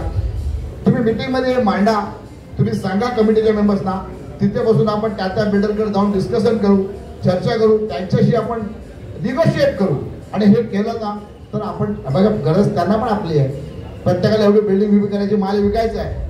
आपण त्याचा माल विकून दिला त्याला हलकं होणार आहे, त्याने आपल्याला कमिशन दिलं आपल्याला चांगलं होणार आहे. अशा प्रकारे आपल्याला एकमेकांना कम्युनिकेट करून हा पुढे जावं लागणार आहे. तर त्या दृष्टीने पण आपल्याला एक प्रयत्न करावा लागेल. आता एक दुसरं मला एक म्हणायचं आहे की आता जस्ट मी बघितलं की अनेक आपले लोक आहेत ते अनेक ठिकाणी, अनेक मंडळात, विविध ठिकाणी काम करतात. त्या ठिकाणी काम करताना तुम्हाला पण अनेक गोष्टींची माहिती असायला पाहिजे. जसं आता आमचं बोलणं झालं जाधव साहेबांची की आपल्या अनेक लोकांना ना आपल्याला थोडंसं ट्रेन करावं लागेल. समाजशास्त्र काय असतं, प्रोटोकॉल काय असतात, स्पीच कसं द्यायला पाहिजे, कुठे काय बोलायला पाहिजे. आणि ह्या सगळ्यामुळे ना तुमच्या पर्सनॅलिटीमध्ये एक डेव्हलपमेंट येणार आहे, कॉन्फिडन्स लेवल तुमची वाढणार आहे. आणि जेव्हा वाढलेला आत्मविश्वास असतो ना, हा तुम्हाला धंद्यात यशस्वी करत असतो. तर आपण एक ट्राय करूया, एक छोट्याशा कुठेतरी जागेमध्ये आपण एका बॅचसाठी ट्रेनिंग देऊया. एक थोड्याशा टिप्स त्याला देऊ. ट्रेनिंग म्हणजे काय फार असा अभ्यास वगैरे काय नाही, पण काही गोष्टी ज्या आपल्याला माहिती नसतात, जसं आपल्याला कोणी सांगितल्या, जसं आता मॅडमने सांगितलेल्या अनेक गोष्टी तुम्हाला कळल्या असतील, कदाचित तुम्ही त्या अनुषंगाने विचारच केलेला नसेल, तर हे तुम्हाला त्याच्यासाठी खूप फायदेशीर होईल. हे सगळ्यांना कळते ना मराठी? नातामध्ये राज ठाकरे भानगड मला नाही करायची, तुम्ही सांगाल त्या भाषेत बोलतो. आपला व्यवसाय जात धर्म पंथ ह्याच्यामध्ये आपण पुढे पडत नाही आणि कोणते पक्ष विक्ष पण आपण बघत नाही. आपला पक्ष तो म्हणजे पैशाचा पक्ष, तो तेजीचा आमचा, खरं की नाही? यस, या पद्धतीने आपण पुढचं काम झालं पाहिजे. आता जाता जाता अनेक गोष्टी सांगतो पटकन छोट्या शॉर्टमध्ये की व्यवसायामध्ये कोणताही व्यवसाय असो त्यामध्ये तुमची सचोटी असायला पाहिजे, खरेपणा असायला पाहिजे. खोटं बोलून तुम्ही 1-2दा पैसे कमवाल आणि एकदा तुमच्या नावावर डाग लागला की डाग पुसता पुसत नाही, लक्षात घ्या, पुसता पुसत नाही, तो फार त्रास असतो त्याच्यामध्ये. आणि म्हणून तुमचं नाव चांगलं ठेवा. तुमच्या नावाने दुसऱ्याने खात्री दिली पाहिजे, अरे हो आहे ना या बिंदाच्या. आणि हे जेव्हा तुमचं होईल ना तेव्हा तुमचा स्वतःचा एक ब्रँड बनलेला असेल त्या एरियामध्ये आणि मग तुमचा व्यवसाय होईल. मग तुमचा व्यवसाय घर बसल्यामुळे होईल, घर बसल्यामुळे होईल. त्यासाठी मग तुम्हाला काय फारशी करायची गरज नाही, धावपळ करायची गरज नाही. एक दिवसाचा 1 2 तासाचा 3 तासाचा वेळ दिला तरी होतं. आणि सॅटर्डे संडे जास्त धंदा असतो आपल्याला, बँक हॉलिडेला जास्त धंदा असतो, एवढी आरामात असतो आपल्याला, फारसं काही काम नसते. पण मग या वेळामध्ये ज्या लोकांना आपण काम प्रॉपर्टी दिलेल्या आहेत त्यांची काय कामं असतील ना ती करून घ्या, 2 पैसे घ्या. लायझरिंगचं काम सोपं आहे त्याच्याबरोबर. त्याला घरपट्टी लावून पाहिजे, त्याचं बिल भरून पाहिजे, त्याला आणखी काय करून पाहिजे, त्याच्याकरता मदत करा. चार्जेस घ्या, क्लिअर कट सांगा, साहेब हे काम करून दे, एवढे चार्जेस आहेत. आणि कोणी असं तसंच देईल, कारण त्याला कामावर द्यायचं आहे बाबा, त्याच्याकडे हा वेळ नाही मिळत. आणि त्याचे काम जर तुमच्याकडे होणार असेल आणि त्या वेळामध्ये तुमच्या पैशाचं तुम्हाला सोनं होणार असेल तर अजून काय पाहिजे. तर त्यामुळे तुमची जे बॉन्डिंग आहे कस्टमर्स बरोबरची ते स्ट्रॉंग होते. या सगळ्या तुम्ही क्षेत्रात फिरल्यामुळे आता काय चाललेलं आहे त्या एरियामध्ये ते तुमचं नॉलेज नेहमी अपडेट राहील आणि त्याचा तुम्हाला तुमच्या व्यवसायामध्ये फायदा होईल. आणि आता सगळ्यात शेवटची गोष्ट नॉलेज सगळ्यात इम्पॉर्टंट आहे. तुमच्याकडे जेवढं ज्ञान आहे ना त्यावरती तुम्ही कोणाशी किती बोलायचं ठरते. नाहीतर तुम्हाला माहिती नसेल तर तुम्ही काही आणाण्यासारखं बोलणार आणि समोरचा तुमची इमिजिएट किंमत करणार. तर तुम्हाला त्या गोष्टीचं ज्या क्षेत्रात तुम्ही आहे त्याचं तुम्हाला ज्ञान घ्यायचं. मला सांगा आता जर हा धंदा सोडला तर लगेच दुसरा कोणता धंदा करू शकणार आहे का तुम्ही? नाही करू शकणार. मग जर करू शकणार नाही तर मग आपल्या धंद्यातली चांगली माहिती घ्या ना, त्याचाच अभ्यास करा ना, त्याची स्टडी करा ना. काय शिक्षण काय आहे, RCC म्हणजे काय. आता आजच्या तारखेला सगळे तिकडे कॉमन गॅलरीच्या बिल्डिंगला लोड बेरिंग म्हणतात. आता लोड बेरिंग म्हणजे काय कोणाला माहिती आहे का? कोणाला माहिती आहे लोड बेरिंग काय? नाही माहिती. कारण लोकांना वाटते कॉमन गॅलरीची बिल्डिंग म्हणजे लोड बेरिंग. त्या कॉमन गॅलरीच्या सगळ्या बिल्डिंग RCC आहे. लोड बेरिंग बिल्डिंग म्हणजे विटेच्या बांधकामावरती टाकलेला स्लॅब, त्याला कॉलम नसतात, ती लोड बेरिंग बिल्डिंग असते. तर ह्या जुन्या काळाच्या बिल्डिंग होत्या तेव्हा ग्राउंड पास 1, 2च्या लोड बेरिंग. आता तसं राहिलं नाही मिळत, पण त्याला ठोकून दिला लोड बेरिंगला होलसेल सगळं लोड बेरिंग. हा आपल्या ज्ञानाचा जो आपल्याला ज्ञान कमी आहे त्याचा परिणाम आहे. आणि म्हणून सगळ्या गोष्टीची जाणीव करून घ्या. कायद्यामध्ये काय गोष्टी आहेत धीरे साहेब आहेत तुम्हाला समजून सांगतील की कुठे बेकायदेशीर असतं तर का असायला पाहिजे, कशा प्रकारे. माहिती अधिकाराचा वापर ब्लॅकमेलिंगसाठी नका करू, पण आपल्या गिरायकांच्या सत्यतेसाठी जरूर करा. तो आपल्याला मोठा अधिकार दिलेला सरकारने, त्याचा वापर करा. आणि ज्यावेळेस तुमच्याकडे अशा सर्व प्रकारचं नॉलेज असेल, तुमचा उद्देश चांगला असेल, तुमच्याकडे सचोटी असेल तर मी तुम्हाला लिहून देतो, तुम्हाला यश मिळण्याशिवाय दुसरा कोणता पर्यायच नाही. तुम्हाला 100% यश मिळेल. आणि अशाच तुमच्या आगामी काळाच्या यशासाठी मी खूप खूप शुभेच्छा देतो.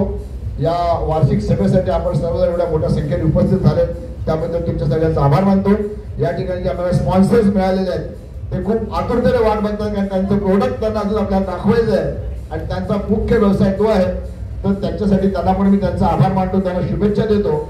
आणि या जी आपली सभा मॅनेज करण्यासाठी ज्या कमिटी मेंबर्सनी एवढे दिवस कष्ट करून ही मीटिंग केली त्यामध्ये मी स्पेशली आमचा स्टाफ त्याला पण मी त्याचं महावीरचं पण अभिनंदन करतो की खूप मेहनत करतो तो बिचारा. आणि सर्वात लास्ट की आपण सर्वांनी सलग एवढे वर्ष माझ्यावर विश्वास ठेवला, माझ्या नेतृत्वाला मान्यता दिली आणि या ठिकाणी या संस्थेचा अध्यक्ष म्हणून राहायची मला या संधी दिली त्याबद्दल आपल्या सर्वांचा मी ऋणी आहे. खूप खूप धन्यवाद. जय हिंद. थँक्यू माननीय अध्यक्ष साहेब आपण दिलेल्या मोलाच्या सल्ल्याबद्दल.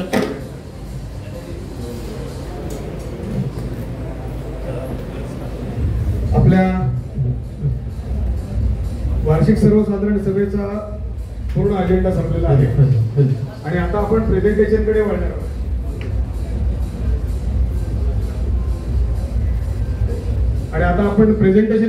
आहोत. आपण सर्वांनी या ठिकाणी बऱ्याचशा खुर्च्या रिकाम्या आहेत, आपण इकडे येऊन बसू शकता त्या साईडला उभे असलेले, तर स्क्रीन बरोबर त्यांना दिसेल. आणि हा प्रेझेंटेशन सुरू करण्याच्या अगोदर या तिन्ही स्पॉन्सर्सना एक सन्मान चिन्ह आम्ही देणार आहोत. तर मी प्रफुल्ल सर्वप्रथम या ठिकाणी उपस्थित आहेत एबी ग्रुपच्या वतीनं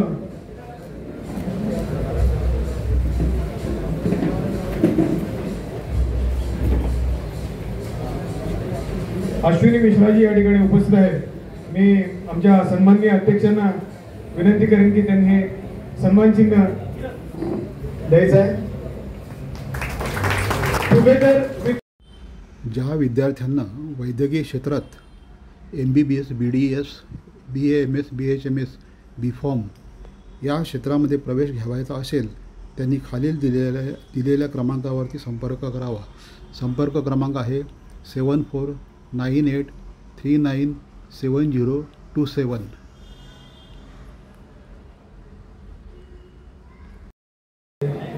सन्माननीय अध्यक्ष डॉक्टर रायन प्रशांत पाटील साहेब, संस्थेचे सचिव जितेंद्र जाधव साहेब, ट्रेझरर ॲडव्होकेट दिनेश अडवाणी साहेब, तसेच सर्व सभासद,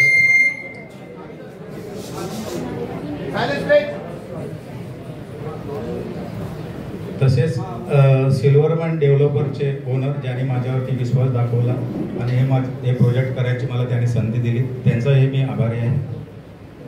एव्हीवाल्यांचा ग्रुप बघून मलाच घाम सुटला. काय हरकत नाही, माझ्यासमोर जी ताकद आहे ती इकडे आहे आणि या लेवलला पोहोचवलंय ते सगळे तुम्ही इकडे हजर आहात. त्याच्यामुळे डायरेक्ट प्रेझेंटेशनला सुरुवात करतो, काही वेळ घेत नाही कारण माझ्या नंतर पण अजून एक प्रेझेंटेशन आहे. Swami Samarth Nagar project by सिल्वरमॅन developers. एक फक्त 2 मिनिटाची एव्ही बघून घेऊ, नंतर मी थोडं प्रेझेंटेशन करतो.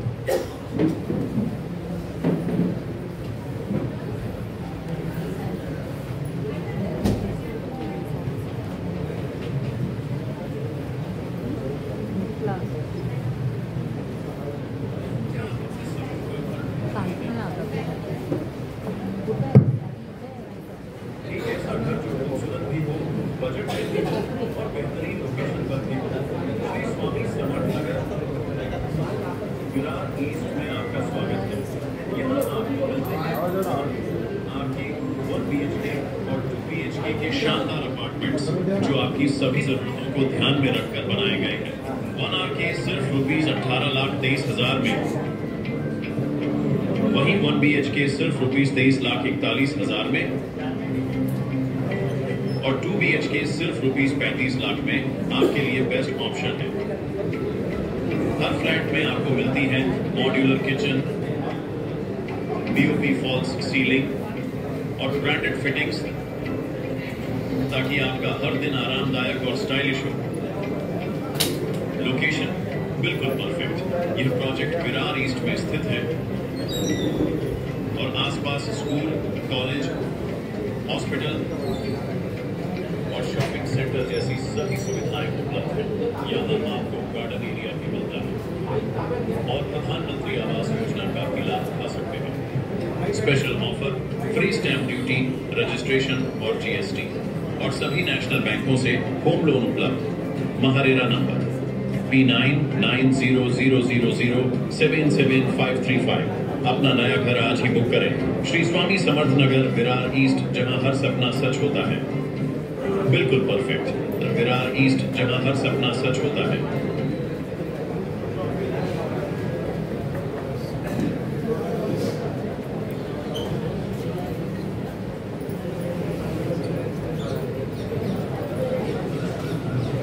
नमस्कार.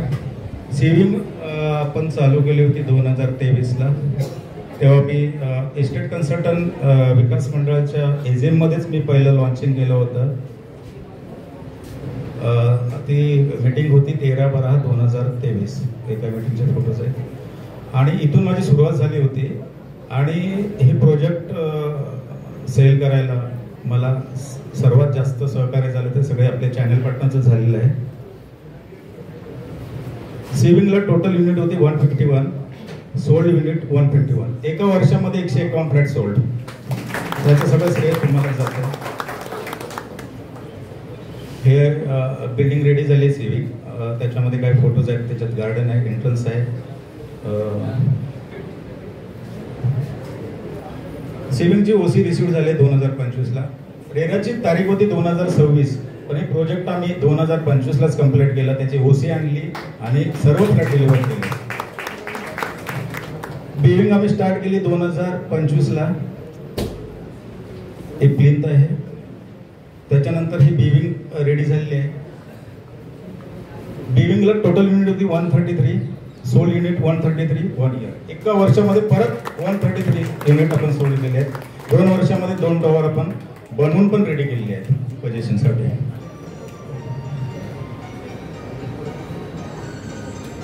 एविंग आम्ही 2025ला चालू केले. सेकंड स्लॅब चालू आहे. हा एविंगचा फोटो आहे. एविंग टोटल युनिट आहेत 164, सोल्ड युनिट 80, म्हणजे 50% फ्लॅट सोल्ड झालेले आहेत. 50% फ्लॅट बाकी आहेत, ते आता सोल्ड करायचे आहेत. ते पण तुमच्या सहकार्याने सोल्ड होऊन जातील. ब्रोकरेज एविंगसाठी आम्ही फर्स्ट डीलला 2% ठेवलंय, सेकंड डीलला 2.5% ठेवलंय, थर्ड डीलला 3% ठेवलंय. आता तुम्ही म्हणाल की तुमच्याकडे एवढं काय हवंय, थोडंसं लांब आहे ना त्यासाठी. पण तुम्ही विचार केलात तर 2 वर्षात 2 बिल्डिंग सोल्ड पुरी टोटल. तर तुम्ही विचार करू शकता की तिकडे आम्ही जे बनवलंय ना ते बघूनच लोक तिकडे घर आपलं बुक करतायत. त्याच्यामुळे ना तुम्ही व्हिजिट करा. व्हिजिट शिवाय तुमची डील पक्की नाही होणार. तिकडे घेऊन येणं महत्वाचं आहे. जेव्हा तुम्ही तिकडे घेऊन येता तेव्हा तो क्लायंट माझ्या मते तर परत जात नाही, बहुतेक तिकडे डनच होतो. तर आणि दुसरा विषय असा आहे की कोणाला शोधायचं आहे मार्केटमध्ये. बघा आता विरारला 30च्या वरतीच तिकीट साईज आहे, 30, 35, 40, 45, 50. माझ्याकडे येणारा कस्टमर ज्याच्याकडे 2 लाख असतील ना त्यालाच घेऊन या. मोठा एकदम कॅशवाला नाही आणलं तर चालेल. फक्त 2 लाख असेल त्याला घेऊन या. त्याचं आपल्याकडे stamp duty registration GST free आहे. त्याच्यामुळे 2%चं 10% जे डाऊन पेमेंट 2 लाखाच्या आसपास असतं तेवढंच दिलं त्यानंतर बाकी आपण लोन करतोय आणि त्याला आपण एक घर प्रोव्हाइड करतोय. त्याच्यामुळे जे पालघर बोईसरला जी प्राइस आहे 18 लाख, 20 लाख, 25 लाख, 30 लाख त्या बजेटची जी घरं आहेत ती विरारला मिळत आहेत, पण लोकांकडे पोहोचत नाही. जे ज्यांपर्यंत पोहोचले त्या लोकांनी तिकडे मस्त बुकिंग केली आहे. माझ्याकडे भरपूर सगळे एजंट इथे बसलेले आहेत. त्या लोकांची चांगली बुकिंग झाली आहे आणि वेळेवर ब्रोकरेज पण त्यांना मिळालेलं आहे. तर सर्वात महत्त्वाचं आहे की तुम्ही असे कस्टमर शोधा की जे भाड्याने राहतात, आता सध्या रेंटवर आहेत आणि त्यांना घर घ्यायचे आता सध्या त्यांच्याकडे हे नाही. ते समोरूनच बोलतात. ते कधी रेंटवर असेल त्याच्याकडे 2 लाख असतात, पण अरे नाही, अरे मला होत नाही एवढं, कोण मागतं ते 35 लाख 40 लाख माझ्याकडे नाही. मग तुम्ही त्यांना माझी साईड सजेस्ट करा आणि तिकडे त्यांचं काम होऊन जाईल.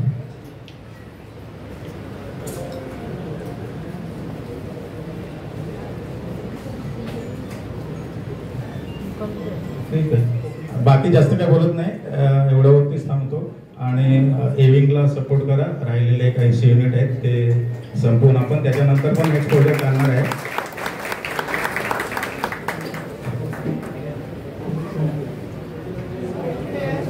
हां, प्राईजवरती येतो, थोडं प्राईज राहून गेलं. आपल्याकडे 18 लाखापासून स्टार्ट होते. 18,75,000 1 RK आम्ही डिलिव्हर करतोय. तो 243चा रेरा कार्पेट आहे, 405चा बिल्टअप एरिया आहे. त्याच्यानंतर 1 BHK तुम्हाला छोटावाला 310चा कार्पेट आहे, तो 23,50,000ला पॅकेजला देतोय, म्हणजे त्याच्यामध्ये ऑल इन्क्लुडिंग पॅकेज आलं. आणि दुसरं पॅटर्न आहे 27,15,000चं, तो पण 1 BHKचा आहे. त्याच्यानंतर 2 BHK थोडे युनिट आहेत ते आपल्याकडे आहेत 35 लाखाला package. Stamp duty registration GST सकट. ऑल बँकेतून लोन, म्हणजे कुठलीही बँक अशी नाही की तिकडे लोन होऊ शकणार नाही. स्टेट बँकपासून सगळ्यांनी फायनान्स केले आहे. State bank of India, bank of Baroda, HDFC, ICICI, pink bank, कुठल्याही बँकेत जाऊ फाईल घेऊन तिकडे लोन होणार. सेव्हिंगला आम्ही पोझिशन दिलेलं आहे आणि बीचं पोझिशन 26ला आहे. आणि एविंग आहे ते आता मी चालू करू, म्हणजे चालू झालेले आहे. सेकंड फ्लोअर अर्धे युनिट संपलेले आहेत आणि एक 80 युनिट उरले असतील. पण त्याच्यामध्ये एक 2027 पर्यंत ते पोझिशन आहे डिसेंबरला. तर सगळ्यांनी या साईटवरती आणि आम्हाला सहकार्य करा. धन्यवाद, आभार. राणीसाहेब म्हणजे आपल्या घरातलाच माणूस आहे, त्यामुळे आणि प्रोजेक्ट आहे, इकॉनॉमिक आहे, सगळ्यांना जमेल, सगळ्या कॅटेगरीतल्या कस्टमरना जमेल असं आहे. तर आता फक्त 80 राहिलेत. लवकरात लवकर आपण त्याला सोल्ड आउट करून राणेसाहेबांना आणखीन पुढच्या प्रोजेक्टसाठी प्रोत्साहित करूया. जोरदार टाळ्या संजय राणे यांच्या सिल्वर लाईनसाठी. यानंतर मी धरतीधन यांना विनंती करतो, ते आपल्या समोर प्रेझेंटेशन देतील आणि त्यानंतर इंडस्ट्रियल, कमर्शियल, रेसिडेन्शियलमध्ये फ्लॅट, शॉप, शोरूम्स, इंडस्ट्रियल गाला, industrial shed, factory, farm house, plot लँडच्या खरेदी विक्रीसाठी व भाड्यासाठी वसईतील एक विश्वसनीय फर्म म्हणजे Ninad estate agency. Proprietor Ramesh Sonawane. संपर्क 7083725595. थँक्यू. बघत असताना आणि एकूण 18 वर्ष पोलीस पाटील म्हणून कार्यरत असताना अनेक गोष्टींना ते सामोरे गेले. लोकांच्या जडणघडणीमध्ये त्यांच्या तातडीच्या गरजा ज्या काही आहेत त्या अशा पद्धतीने नीट केल्या पाहिजेत. लोकांना वसई विरार डेव्हलप होतं. पालघर जिल्हा आता पालघरला एक मोठं औद्योगिक क्षेत्र निर्माण होणार आहे. कारण पालघर जिल्ह्यामध्ये अनेक प्रकारचे प्रोजेक्ट यायला लागले आहेत. प्रशांत पाटील सरांकडे आपण जाणून घेणार आहोत. तर गेली 95 पासून या इस्टेट कन्सल्टंट म्हणून काम करत असताना आज उद्योजकपर्यंत आणि आयएस प्रशांत पाटील हे कसे बनले सर, काय सांगाल की आणि आजपर्यंत तुमच्या समोर आणि लोकांना साधन निर्माण करून दिला आणि ते पण बिगर भांडवलाशिवाय, काय सांगाल सर तुमचं काय? असं स्पष्ट म्हटलं आहे की देशाला जर पुढे जायचं असेल तर माणसांनी बिझनेस करायला पाहिजे, उद्योग करायला पाहिजे. आणि एक उद्योग करणारा माणूस दुसऱ्या 10 जणांना आणि त्यामुळे 10 चालत असतात. त्यामुळे जास्तीत जास्त लोकांना व्यवसायामध्ये आणण्यासाठी मी प्रयत्न करतो. समाजामध्ये असे अनेक वर्ग आहेत त्या वर्गांकडे ते दुर्लक्षित आहेत आणि त्या वर्गाचं एक संघटनात्मक बांधणी करणं, जसं बंजारा समाज असेल, नाका कामगार असेल, क्रिश्चियन असेल, असे अनेक प्रकारचे समाजामध्ये ग्रुप आहेत, घटक आहेत जे समाजाला घडवत असतात, समाजाला मोठ्या करत असतात. ते दिसत नाहीत पण त्यांच्यामुळे जे सगळं चाललं असतं मग ते अत्यंत गरजेचं आहे. आणि ज्यावेळेला मुंबई एवढी मोठी होते, मुंबई वाढते आणि आपला पालघर जिल्हा आता या मुंबईच्या दृष्टिकोनातून वाढतोय. एवढे मोठे मोठे प्रकल्प आपल्याकडे येतात. वाढवट मंदिर आपल्याकडे येतं आहे, आपल्याकडे कोस्टल रोड येतोय, आपल्याकडे अलिबाग कॉरिडॉर येतोय, आपल्याकडे मुंबई दिल्ली एक्सप्रेसवे येतोय, आपल्याकडे बुलेट ट्रेन जाते, आपल्याकडे फ्लाईट कॉरिडॉर जाते, काही नाही आहे. आणि आता वसई आणि विरार ही टर्मिनस होते.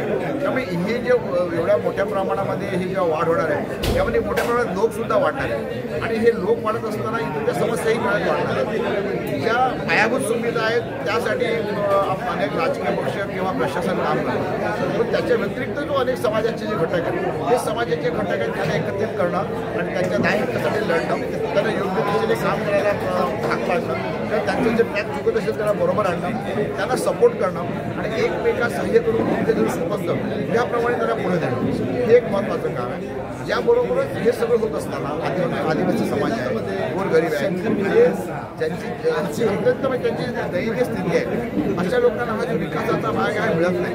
तर तो समाजातील विकसित लोकांकडून घेऊन त्या अविकसित लोकांपर्यंत नेणं, पोहोचवणं, त्यांच्या मूलभूत सुविधा, आपण पायाभूत म्हणतो पण मी मूलभूत सुविधा अशासाठी म्हणतो, त्यांचं आरोग्य, त्यांचं शिक्षण, या सगळ्या गोष्टी खूप महत्त्वाच्या आहेत.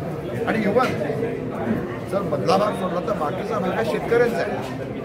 शेतकऱ्यांची पण परिस्थिती अत्यंत बिकट आहे आणि आपण सर्व करू शकतो पण आपल्याकडे जर शेतात पिकलेलं तर आपण खाणार काय, आपल्या दुसरा अनुभव झाला आहे. अशा वेळेस शेतकऱ्यांना सुद्धा सपोर्ट करणं, अशा प्रकारे या सगळ्या स्तरावरती काम करण्यात आपण आपल्या पद्धतीने जेवढं शक्य आहे तेवढं करायचं. मला असं वाटतं की आता इस्टेट कन्सल्टंट मंडळ हे जेवढं आहे हे मोठ्या प्रमाणात यासाठी काम करू शकतो. जर आपण आपल्या कामाव्यतिरिक्त थोडासा वेळ यासाठी दिला तर आपण करू शकतो. अनेक सामाजिक संस्था आहेत, लायन्स क्लब आहे किंवा आम्हाला ह्युमन राईट्स आहे, राष्ट्रस्तरीय संस्था आहे, या आपल्या असोसिएशन आहे, या सगळ्यांनी मिळून जर एकत्रित अशा प्रकारचं काम केलं तर आपण मी हे म्हणत नाही की मी देशभरात काहीतरी बदल केली, पण ज्या विभागात आपण काम करू त्या विभागामध्ये एक चांगले इम्पॅक्टफुल काम करू शकतो, समाजाला आपण पुढे देऊ शकतो.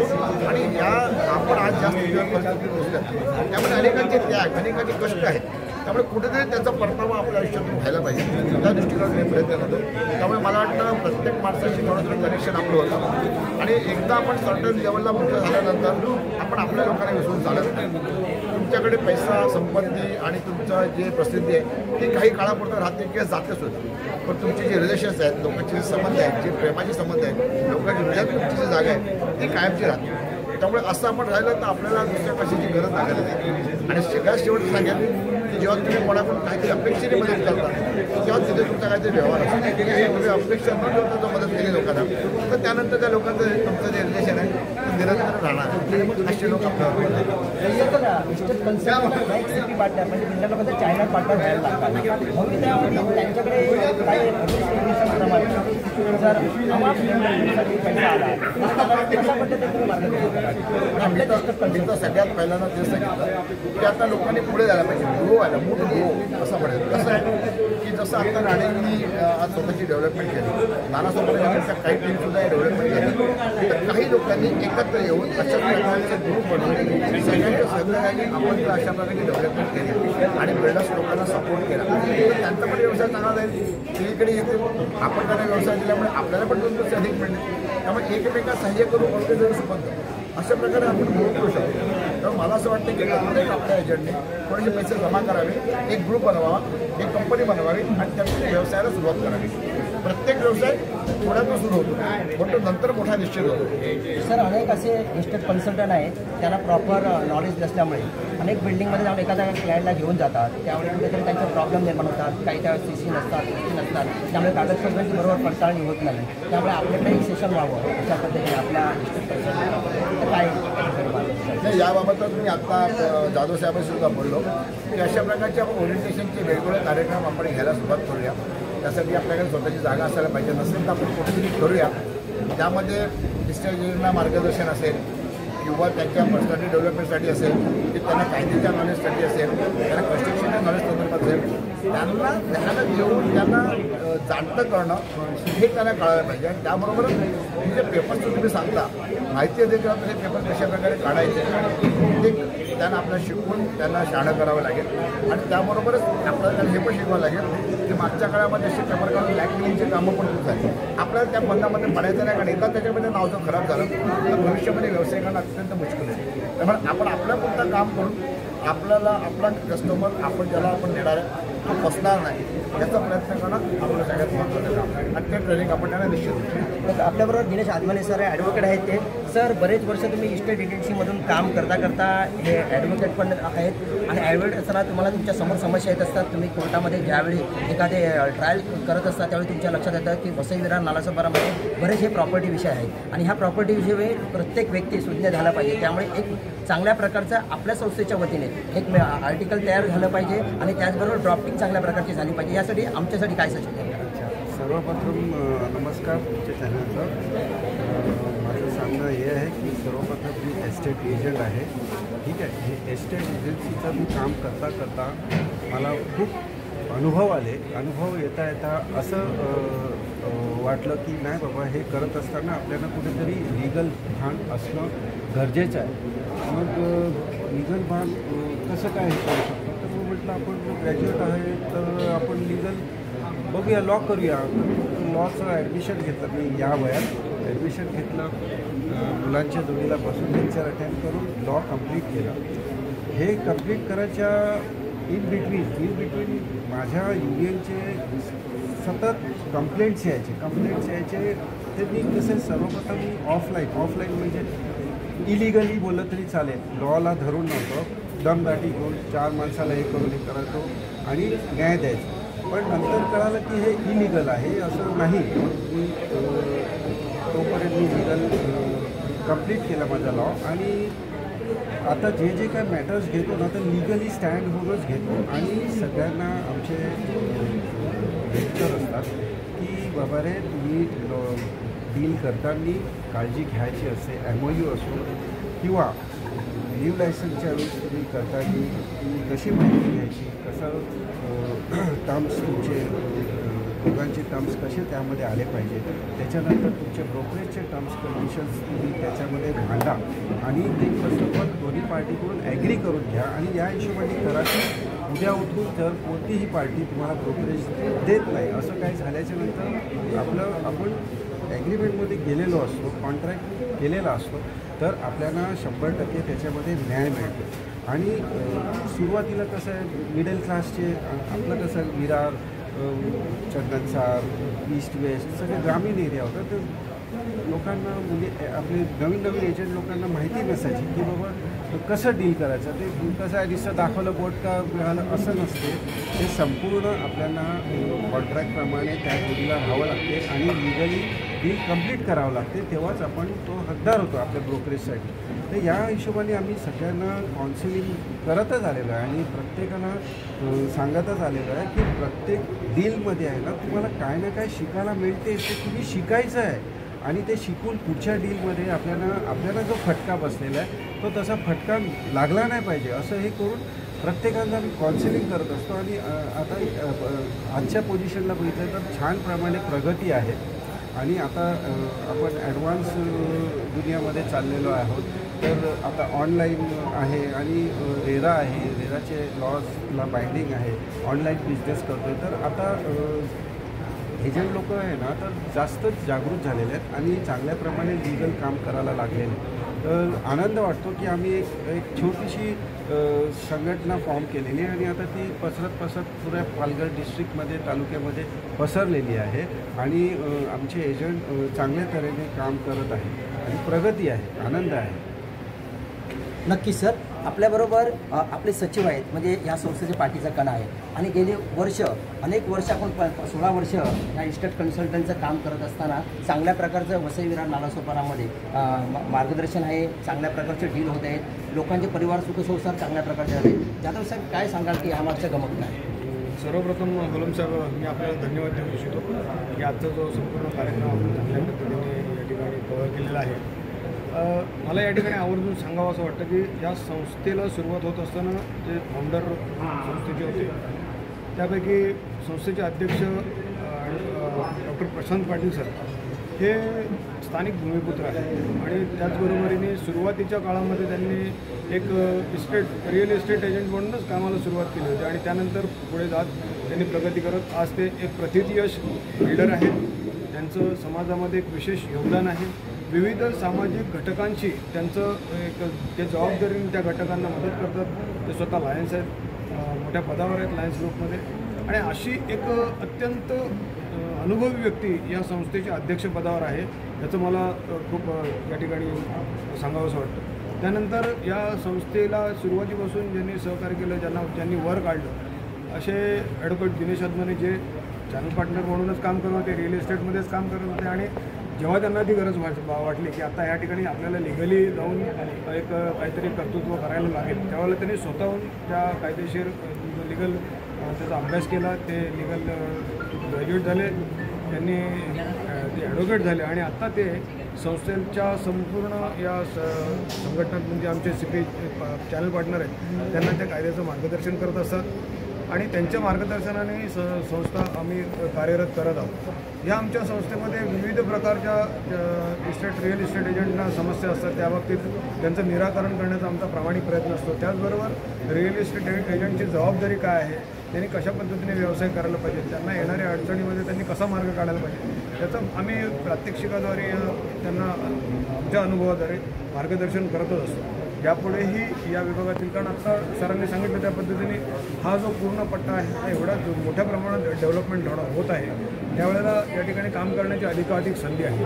आज ज्यांना इतर ठिकाणी काम करण्याची संधी मिळाली त्या लोकांनी या क्षेत्रामध्ये येऊन आपल्या रोजगाराचा व्यवसाय म्हणून याचा स्वीकार केलेला आहे. तर त्या CP पार्टनरना आम्ही अधिकाधिक चांगलं पॉलिश करून ग्राहकांच्या पसंतीस उतरण्यासाठीची पूर्ण सपोर्ट सिस्टीम जी आहे ती आम्ही या ठिकाणी उपलब्ध करत आहोत. आम्ही विविध बिल्डर्सना या आजच्या अशा प्रोग्रामच्याद्वारे समोर आणत आहोत की ज्यांच्या थ्रू आमच्या रिअल इस्टेट एजंटना काम करण्याची मोठ्यात मोठी संधी मिळेल. त्यांच्या काम करण्याची जी तिकीट साईज आहे ती जास्त मोठ्या प्रमाणात होईल आणि ते आपल्या स्वतःचा आणि या समाजाचा चांगला परिणाम घडू शकेल.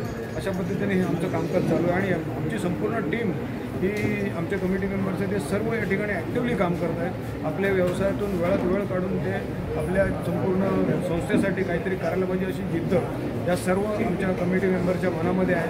अर्थात अध्यक्षांचं आम्हाला मार्गदर्शन आहे, त्यांच्या मार्गदर्शनाशिवाय त्या मार्गदर्शनामुळेच आम्ही सक्षमपणे या ठिकाणी काम करत आहोत असं मला या ठिकाणी सांगावं वाटतं. नक्कीच. आताच आपण पाहिलं की इस्टेट कन्सल्टंट विकास मंडळाची वार्षिक सर्वसाधारण सभा आज संपन्न झाली. अनेक प्रकारचे आणि चांगल्या प्रकारचं ग्रोथ कशा पद्धतीने करायला पाहिजे याचं मार्गदर्शन घेतलेलं आहे. आज पाहिलं प्रेझेंटेशनमध्ये एक अशा ग्रुप आपल्यासमोर आला होता. AV ग्रुपच्या वतीने आज सांगण्यात आलं की 0 बॅलन्स आम्ही इथे घेऊन आलो होतो आणि त्या 0 बॅलन्सवरून फक्त इथेच नाही तर नालासोपारा, वसई विरार, बोईसर, पालघरपासून मालाडपर्यंत आम्ही एक गरुड झेप घेतलेली आहे. आमच्या चॅनल पार्टनरमध्ये CPमध्ये तुम्ही समाविष्ट व्हा आणि तुम्ही पण आमच्याबरोबर ग्रोथ करू शकता असा एक चांगल्या प्रकारचा संदेश हा इस्टेट कन्सल्टंटला मिळालेला आहे आणि हीच पुढे वाट चालू राहील. कॅमेरावर शुभम मुलमसर, भाजप दौलत प्रवासी.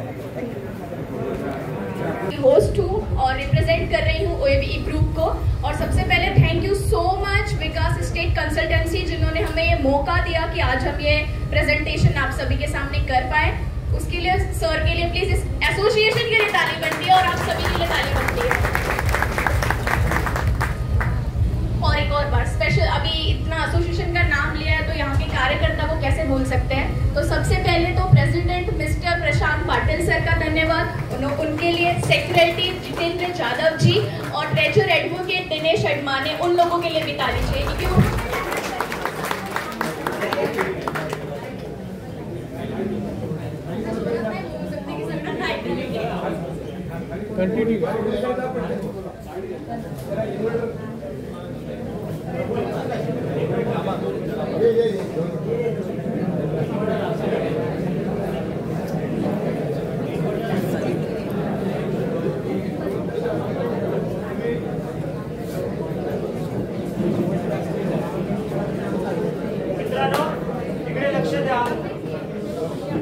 लाईट गेलेले थोडं 5 मिनिटं थांबा. इन्व्हर्टर अटॅच करत आहेत ते.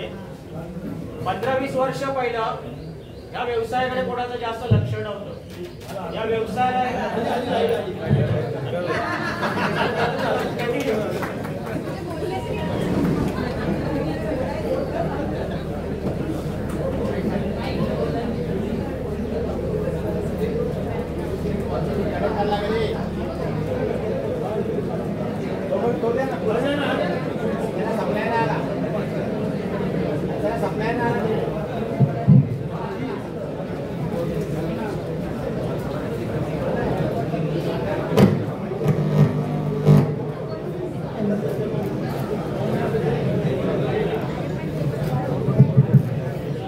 बोलते ना जहाँ चाह वहाँ रहा, लाइट भी नहीं रोक सकती मुझे बोलने से.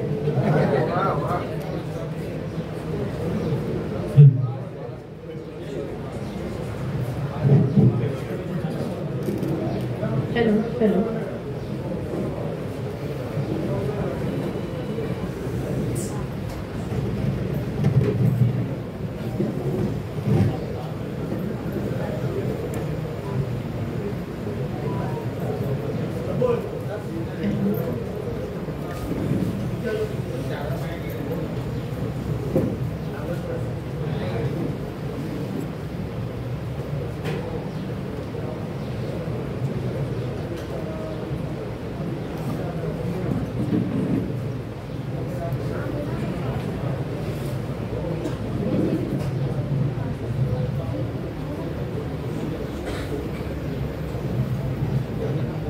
तो सबसे पहले हम एवी ग्रुप के बारे में बात कर रहे हैं. तो एवी की जर्नी, एवी के अचीवमेंट्स और हमारे जो भी हमने प्रोग्रेस, कहाँ से हम कहाँ तक आए हैं, वो सारी चीज़ें आप लोगों को बताना चाहूँगी. काफ़ी लोग हमें पहले से जानते होंगे और आज ये एसोसिएशन इसीलिए यहाँ पे जमा हुआ है कि काफ़ी नए लोग हमसे जुड़े. ठीक है, तो आप प्लीज़ कोऑर्डिनेट करिएगा मुझसे और ध्यान से सुनिएगा, ज़्यादा समय नहीं लूँगी उसके लिए. ठीक है, सबसे पहले तो एवी की बात करूँ तो एवी ग्रुप इस फील्ड में लास्ट 10 साल से है. ठीक है, हमने जो लोकेशन चूज किए हैं जो कि पालघर से लेके दरभंगा तक है, वसई, विरार, नालासोपारा लोकेशंस में हमारे प्रोजेक्ट्स ऑनगोइंग है और कुछ ऑलरेडी डेवलप कर चुके हैं हम. तो उसके बारे में गो थ्रू कर लेते हैं. जैसे मैंने आपको बोला जर्नी एंड अचीवमेंट्स, तो हमने ये जो शुरुआत की थी अपनी जर्नी की, वो बहुत छोटे स्केल से की थी. और आज हम देखेंगे तो एक वीवीएमसी मार्केट में एक वेल नोन डेवलपर है, एस्टेब्लिश कर चुके हैं हम इस फील्ड में अपने आप को. और एवी की बात हो रही है और हम एवी के डेवलपर को कैसे भूल सकते हैं. सो मिस्टर अमित विनोदानंद मिश्रा जी जो कि हमारे डेवलपर हैं, उनकी जर्नी की बात करूं तो उन्होंने अपनी शुरुआत की थी एक सीए फर्म से, जहाँ पे वो इंटर्न के रूप में उन्होंने फाइनेंस में फील्ड में शुरुआत की. वो कोई एक सेकेंड जनरेशन या थर्ड जनरेशन डेवलपर्स नहीं है जिनके पिताजी और या किसी फैमिली मेम्बर्स ने उन्हें कुछ अपना एम्पायर खड़ा करके दिया. उन्होंने इस जर्नी की शुरुआत फ्रॉम जीरो टू यहाँ तक की है. आज मार्केट में आई डोंट थिंक कि कोई होगा जो एवी को नहीं जानता होगा. बहुत से लोग हैं, फेमिलियर हैं सारे लोग, और हमारी जर्नी को लोग देख रहे हैं. ये मेरी कुछ कोर टीम मेंबर्स हैं जिसमें आप देख पाएंगे अमित सर है, राजू मिश्रा सर है जो कि प्रेसिडेंट है यहाँ के, देन सेकेंड चंदन सर है, सुनादन मिश्रा उनका सेकेंड नाम है, एंड जो एडवोकेट लीडर है शंभू झा जी. ये हमारे कुछ पिलर्स हैं. लोग कहते हैं ना कि अगर एक टीम स्ट्रॉन्ग करनी है तो स्ट्रॉन्ग लोग चाहिए होते हैं उसके लिए, तो यही है हमारे टीम के पिलर्स. इनके लिए ताली मार दो यार. कोर वैल्यूज की बात करें, जैसे अभी मैंने थोड़ी देर पहले सुना कि सर कह रहे थे कि ऑनेस्टी, ट्रस्ट, क्योंकि लोगों को ना विश्वास नहीं होता आज के टाइम पे. हम जिस फील्ड में है ना सर, ये फील्ड ऐसी चलती है कि ट्रस्ट नहीं करते लोग. मार्केट में ऑनेस्टी, विश्वास, ये सारी चीजें लोगों को लगता है सिर्फ फेक है. तो एवी ग्रुप सिर्फ कोई एवी ग्रुप के लिए सिर्फ वर्ड्स नहीं है, ये सारी उनकी एथिक्स हैं, उनके एक होता है ना सर, एक स्टार्टिंग से जो कहते हैं नींव है हमारी, ट्रस्ट, ऑनेस्टी, इनोवेशन, अकाउंटेबिलिटी, तो ये मेरे लिए सिर्फ वर्ड्स नहीं है। और मिशंस की बात करें तो आज हम जो भी यहाँ तक पहुँचे हैं वो अपनी एक हायर मिशंस को लेकर ही पहुँचे, एक अचीवमेंट को लेकर ही पहुँचे हैं। तो उसके बारे में मेरी जितनी चीज़ें बताऊँ वो कम है, बट सर का तो एक ही मिशन था सर कि अफोर्डेबल से लेके लग्जरियस तक हम कुछ बना पाए। क्योंकि सिर्फ घर लेने का सपना देखिए सर, एक छोटा आदमी भी देखता है, एक बड़ा आदमी भी देखता है, और जिसके पास ऑलरेडी घर है वो भी देखता है। एक इन्वेस्टमेंट के पर्पज से देखे या फिर एक ड्रीम होम की तरफ से देखे। तो हमारे पास अफोर्डेबल सेगमेंट से लेके लग्जरियस तक है। जैसे मैंने आपको लोकेशन की बात की, पालघर से लेके मल्हार, दरभंगा, बिहार तक हमारे पास प्रोजेक्ट ऑप्शंस हैं। तो कहते हैं ना प्लेटर ऑफ एमिनिटीज, हमने थाली सजाई हुई है। आपको जो थाली चाहिए आपके बस में आ रही है, आप उठाइए और लीजिए। ये मौका सिर्फ आपके लिए भी और हमारे सारे क्लाइंट्स के लिए भी है। अब कुछ जर्नी बताऊंगी अपने फील्ड में। हमने ऑलरेडी 10+ प्रोजेक्ट डिलीवर कर चुके हैं हम, और another 1 million square feet deliver करने वाले हैं। तो आप सभी अगर ध्यान दें तो देख पाएंगे, क्योंकि ट्रस्ट सर तब बनता है जब हम पहले की चीजें जान पाए, पास देख पाए किसी का। आप मुझ पे तभी विश्वास करेंगे जब आप मेरे पहले के प्रोजेक्ट्स जानेंगे या देखे हुए होंगे। तो ये मेरे कुछ ऑलरेडी डिलीवर प्रोजेक्ट है जिसमें आप देख पाएंगे एवी साई आंगन जो कि है नाला सुपारा में। हमने यहाँ से अपनी जर्नी शुरुआत की थी और आज आप देखेंगे हम मलाड तक 1.25 CR तक के फ्लैट सेल कर रहे हैं। तो ये अपने आप में ही काबिल तारीफ है। देन एवी क्रिस्टल टावर देखेंगे जो कि वसई में है, एवी पैरामाउंट एनक्लेव है। ये सारे प्रोजेक्ट्स ऑलरेडी डिलीवर्ड है। एवी मिथिला अपार्टमेंट, एवी क्रिस्टल, एवी श्री कृष्ण एलिगेंट रेसिडेंसी और फ्यू मोर कंप्लीटेड प्रोजेक्ट एक ट्रस्ट के साथ जो हमने ऑलरेडी बनाए हुए हैं, जिसे देखकर आप हमसे जुड़ सकते हैं। श्री कृष्ण, श्री गणेशा, श्री एवी सिग्नेचर रेसिडेंस और श्री मिथिला अपार्टमेंट। अब ये सारे प्रोजेक्ट्स तो मैंने बता दिए कि विश्वास के रूप से आप मुझसे जुड़ सकते हैं। अब सबसे इम्पोर्टेंट, हम जिसलिए यहाँ पे जुड़े हैं और आज आए हैं और हमें जो मौका मिला है, तो मौके का फायदा भी ज्यादा उठाना चाहिए, है कि नहीं? तो मेरे कुछ 4 इंपॉर्टेंट प्रोजेक्ट्स हैं। वैसे तो मैंने काफी सारे बनाए और काफी सारे चल रहे हैं, बट कुछ जो मेरे लिए काफी ज्यादा इंपॉर्टेंट है वो ये 4 प्रोजेक्ट है, जिसमें से एक है एवी स्मार्ट सिटी जो कि पालघर में डेवलप्ड है। इसमें आप देखेंगे 12 एकड़ का लैंड पार्सल है ये। इसमें हमारे पास अफोर्डेबल से लेकर प्रीमियम तक अलग अलग है। पालघर में अगर किसी को अफोर्डेबल होम चाहिए तो भी आप चूज कर सकते हैं। किसी का पहला घर का सपना है, आप देखिए अभी इस लोकेशन में आपको 20 लाख में तो घर नहीं मिलेगा। यही अगर आप पालघर में जाएंगे तो आपको 17, 20, 25 तक में 1 BHK, 2 BHK की बात करें तो 25 से लेके 30, 35, 40 तक अपने पास अच्छे, वो भी काफी स्मार्ट लिविंग है। और अगर कनेक्टिविटी की बात करूं तो ऐसा भी नहीं कि काफी दूर है। सारे जो भी मेरे प्रोजेक्ट्स हैं, चाहे वो ऑनगोइंग हो चाहे अंडर कंस्ट्रक्शन हो, सारी नियर बाय कनेक्टिविटी की वाले प्रोजेक्ट है। स्टेशन से 3.5 किलोमीटर का डिस्टेंस है यहाँ ये प्रोजेक्ट से। यही सबसे ज्यादा इंपॉर्टेंट है। इसमें आपको अलग अलग ऑप्शंस मिल जाएंगे। फर्स्ट अंडर कंस्ट्रक्शन अगर किसी को चाहिए वो भी अपने पास ऑप्शन है, और किसी को रेडी टू मूव में चाहिए तो वो भी अपने पास ऑप्शन नियरिंग पोजीशन वाला भी है। नेक्स्ट एवी प्राइड की बात करूं तो जैसा नाम है वैसा ये एक तरीके का हमारा प्राइड है। हमने यहीं से शुरुआत की थी। एवी ग्रुप ने खुद सोल सेलिंग, बेसिकली हम पहले तो दूसरे पार्टनर्स को, स्ट्रेटेजिक पार्टनर्स को देते थे अपने प्रोजेक्ट्स, बट ये हमारा पहला प्रोजेक्ट है जो हमने खुद बनाया है और खुद सेल भी किया है। तो एवी प्राइड से हमने शुरुआत की थी, जिसकी शुरुआत हमने 2024 में की थी प्लिन से, और आज आप देखेंगे तो 2025 में ऑलमोस्ट प्रोजेक्ट सोल्ड आउट है। तो ये अपने आप में भाई ताली ताली काबिल तारीफ है। इसमें मेरे पास कुछ ही चुनिंदा इन्वेंट्रीज बचे हुए हैं। ये पूरा प्रोजेक्ट सोल्ड आउट है। जिस तरीके से फास्टेस्ट कंस्ट्रक्शन साइट बना है बीबीएमसी मार्केट का, और प्लस फास्टेस्ट सेलिंग प्रोडक्ट भी बना है बीबीएमसी मार्केट का। नेक्स्ट आते हैं एवी पर्ल की बात करें। इसके बारे में मैं जितनी तारीफ करूं उतनी कम है, क्योंकि मेरे लिए तो ये one of my favourite project है। विरार ईस्ट का ये सबसे बड़ा लेआउट वाला प्रोजेक्ट है, जो कि 7.5 एकड़ का लैंड पार्सल है। ठीक है, इसमें आप लोग काफी लोग शायद उपस्थित होंगे जब हमने सीपी मीट किया था वहाँ पे, और जो लोग छूट गए होंगे वो लोग आई गेस आप लोग मिस कर चुके हैं। फिर भी एक बार वापस देख लेते हैं, गो थ्रू कर लेते हैं। गए थे ना सर आप? और आई थिंक ये विरार ईस्ट का सबसे बड़ा सीपी मीट था जो हमने लॉन्च किया था। 700+ सीपीज आए थे वहाँ पे। तो ये मेरा सबसे एक तरीके से अमित सर का ये ड्रीम प्रोजेक्ट है। इसमें आप देखेंगे आपको सारी एमिनिटीज जो मैंने बताया पहले भी जो प्रोजेक्ट्स थे, एवी स्मार्ट सिटी हो या एवी प्राइड हो या एवी पर्ल हो, ये तीनों ही प्रोजेक्ट्स में एक चीज कॉमन है जो कि मेरी एमिनिटीज है। एमिनिटीज की बात करूँ तो स्विमिंग पूल, क्लब हाउस, जिम्नेशियम, ये सारी चीजें अब कॉमन हो चुकी है। मीरा रोड तक तो ये सब आ ही चुका है। अब वैसे विरार प्रोवाइड कर रहा है आज के जितने भी न्यू अपकमिंग प्रोजेक्ट्स हैं। बट सबसे पहली बात, कुछ एक आप इन्वेंट्रीज है, एमिनिटीज है जो हमने इंट्रोड्यूस की है वीवीएमसी मार्केट में, जो कि है डॉक्टर ऑन कॉल फैसिलिटी, जिसमें आप देखेंगे अभी तक आपने सुना नहीं होगा, लेकिन ये हमने लॉन्च किया। बोलने के लिए बहुत छोटा सा एमिनिटी लगता है कि डॉक्टर ऑन कॉल फैसिलिटी तो है, डॉक्टर को ही तो कनेक्ट कर सकते हैं, बट रात में आपके घर में कोई भी इमरजेंसी होती है सर, दिन में तो ठीक है आप किसी डॉक्टर को जानते हो तो आप उन्हें बुला सकते हैं, बट रात के समय पर अगर किसी को कोई भी इमरजेंसी क्रिटिकल कनेक्शन होता है तो आप हमारे 2 बड़े हॉस्पिटल के साथ ऑलरेडी टाइप्स हैं, आप उन्हें कनेक्ट कर सकते हैं। फर्स्ट एड हो या डॉक्टर हो, मेडिकल इमरजेंसी में आपके घर पे आ सकता है। ये एमिनिटीज वीवीएमसी में कोई नहीं दे रहा, we are the first one जिन्होंने लॉन्च किया है, और अभी हमें कॉपी करके लोग आगे उससे बढ़ रहे हैं और कंटिन्यू करवा रहे हैं। तो ये मेरे लिए काफी प्राउड मूवमेंट होता है सर कि ऐसी ऐसी चीजें जो हमने लॉन्च की है खुद से स्टार्ट करके, किसी का ना कि कॉपी करके। नेक्स्ट एवी प्रियम रेसिडेंसी की बात करूं तो ये मलाड में है, काफी ही अच्छे कनेक्टिविटी। लोकेशन की बात करूं तो ये इन्फिनिटी मॉल और मेट्रो स्टेशन से एकदम कनेक्टेड है। आपके क्लाइंट्स के पास, जैसे मैंने शुरुआती दौर में ही कहा था, अगर आपके क्लाइंट के पास 20 लाख रुपए है तभी भी एवी ग्रुप वेलकम कर रहा है उसको। अगर आपके क्लाइंट के पास हायर अमाउंट जस्ट 1.25 CR के पास है तभी भी मैं आपको वेलकम कर रही हूँ, because we have platter of options. Sir option देना जरूरी है क्योंकि कुछ लोग जैसे जैसे हम तरक्की करते हैं, बढ़ते हैं, तो हमारी रिक्वायरमेंट भी बढ़ती है, बट जब हम जीरो से शुरुआत करते हैं तभी भी तो हमारी जरूरतें तो रहती है।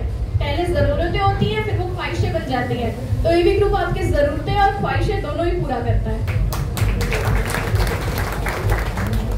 ये मेरे कुछ और ऑनगोइंग प्रोजेक्ट्स हैं जिसमें आप देख सकते हैं, अपने दरभंगा में एक 5 स्टार होटल बना रहे हैं हम। बाकी सारे प्रोजेक्ट्स एवी आशीर्वाद ये नियरिंग पोजीशन है, अगर आपके पास कोई क्लाइंट है जिसको नियरिंग पोजीशन चाहिए वो भी है हमारे पास, अंडर कंस्ट्रक्शन है वो भी है, और रेडी टू मूव वाले प्रोजेक्ट्स भी we have available.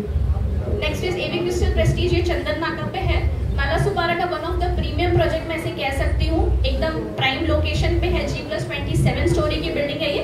Next year इसका भी पोजीशन है, अगर आपके पास कोई भी क्लाइंट हो तो आप हमें कनेक्ट कर सकते हैं। सर ये मीटिंग ही हमने इसीलिए आयोजित की है कि आप लोग एटलीस्ट, आपको इन्फॉर्मेशन, आपके पास क्लाइंट तो होता है बट आपको ये चीज नहीं पता होती कि हमें उसे क्या दिखाना चाहिए और क्या बताना चाहिए। आप एक बार क्लाइंट को स्टडी कर लेंगे ना, फिर सर हमारे पास बहुत सारे ऑप्शन है। आप एक बार सिर्फ एवी के पास आइए, आपको हम ऑलरेडी बहुत सारे ऑप्शन दे देंगे कि आपका क्लाइंट बिना लिए तो नहीं जाएगा, इसकी फुल श्योर गारंटी एवी ग्रुप लेता है। ये कुछ ऑनगोइंग प्रोजेक्ट्स हैं। अब सर इतने प्रोजेक्ट्स के बारे में तो मैंने बता दिया, अब उसके बाद सक्सेस का जो बेसिकली जो प्रॉफिट होता है उससे कुछ और भी अच्छा करना होता है। तो ये मेरे कुछ ऑनगोइंग आने वाले प्रोजेक्ट्स हैं जिसमें आप देख सकते हैं कि हमने, जैसे मैंने बताया था स्टार्टिंग में, 10+ प्रोजेक्ट ऑलरेडी डिलीवर हो चुके हैं, 1 मिलियन स्क्वायर फीट डिलीवर कर चुके हैं और अनदर 1 मिलियन करने वाले हैं।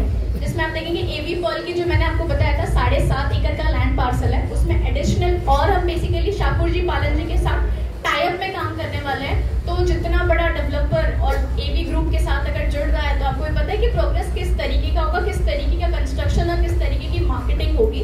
अभी तक मुझे नहीं लगता वीवीएमसी मार्केट में हमने कोई भी लोकेशन छोड़ा होगा जहां आपने एवी का कोडिंग या एवी की पर्ल की ब्रांडिंग नहीं देखी होगी। तालियां तालियां। आज मैं बुला दूंगी आप लोगों को तालियां बजा के।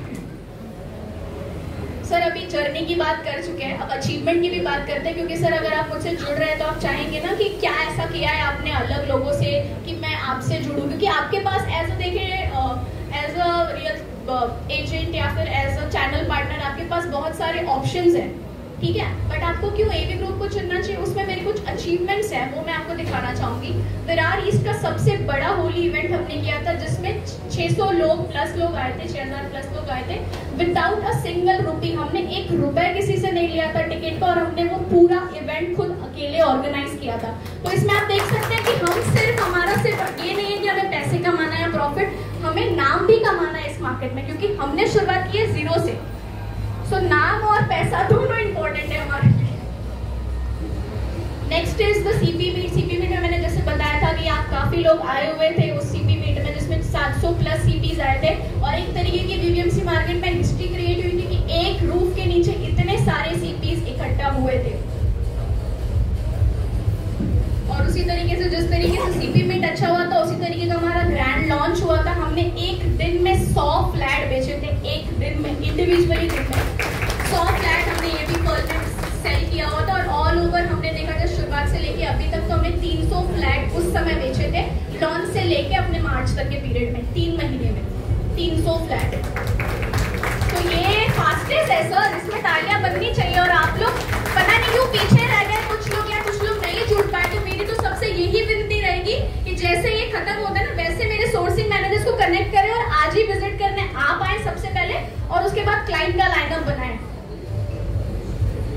जैसे मैंने बताया 300 तब हुए, तो ऐसा नहीं कि हम रुक गए, उसके बाद मोमेंटम उसी तरह बरकरार रहा और 300 से 400, और आज देखेंगे तो 450 क्लाइंट्स, 450 फ्लैट्स ऑलरेडी बुक हो चुके हैं। और इतना फास्ट हम सेल कर रहे हैं कि अमित सर को बाजू वाले लैंड भी लेने पड़ रहे हैं कि भाई ये भी बेचो, उसके आगे का बेचो। हम मतलब सर से ऑप्शन मांग रहे हैं कि सर इसे भी चालू कर दो ना, बिल्डिंग नंबर 4 भी चालू कर दो ना, ओपन कर दीजिए ना, क्योंकि इतने सारे क्लाइंट आ रहे हैं कि कुछ क्लाइंट को तो हमें मना करना पड़ रहा है, सर शॉप नहीं है, सर ये नहीं है। और उसके लिए अमित सर ऐसा नहीं है क्लाइंट को छोड़ रहे हैं, हम वापस उस क्लाइंट को कुछ और कॉल करके ये ले लीजिए सर।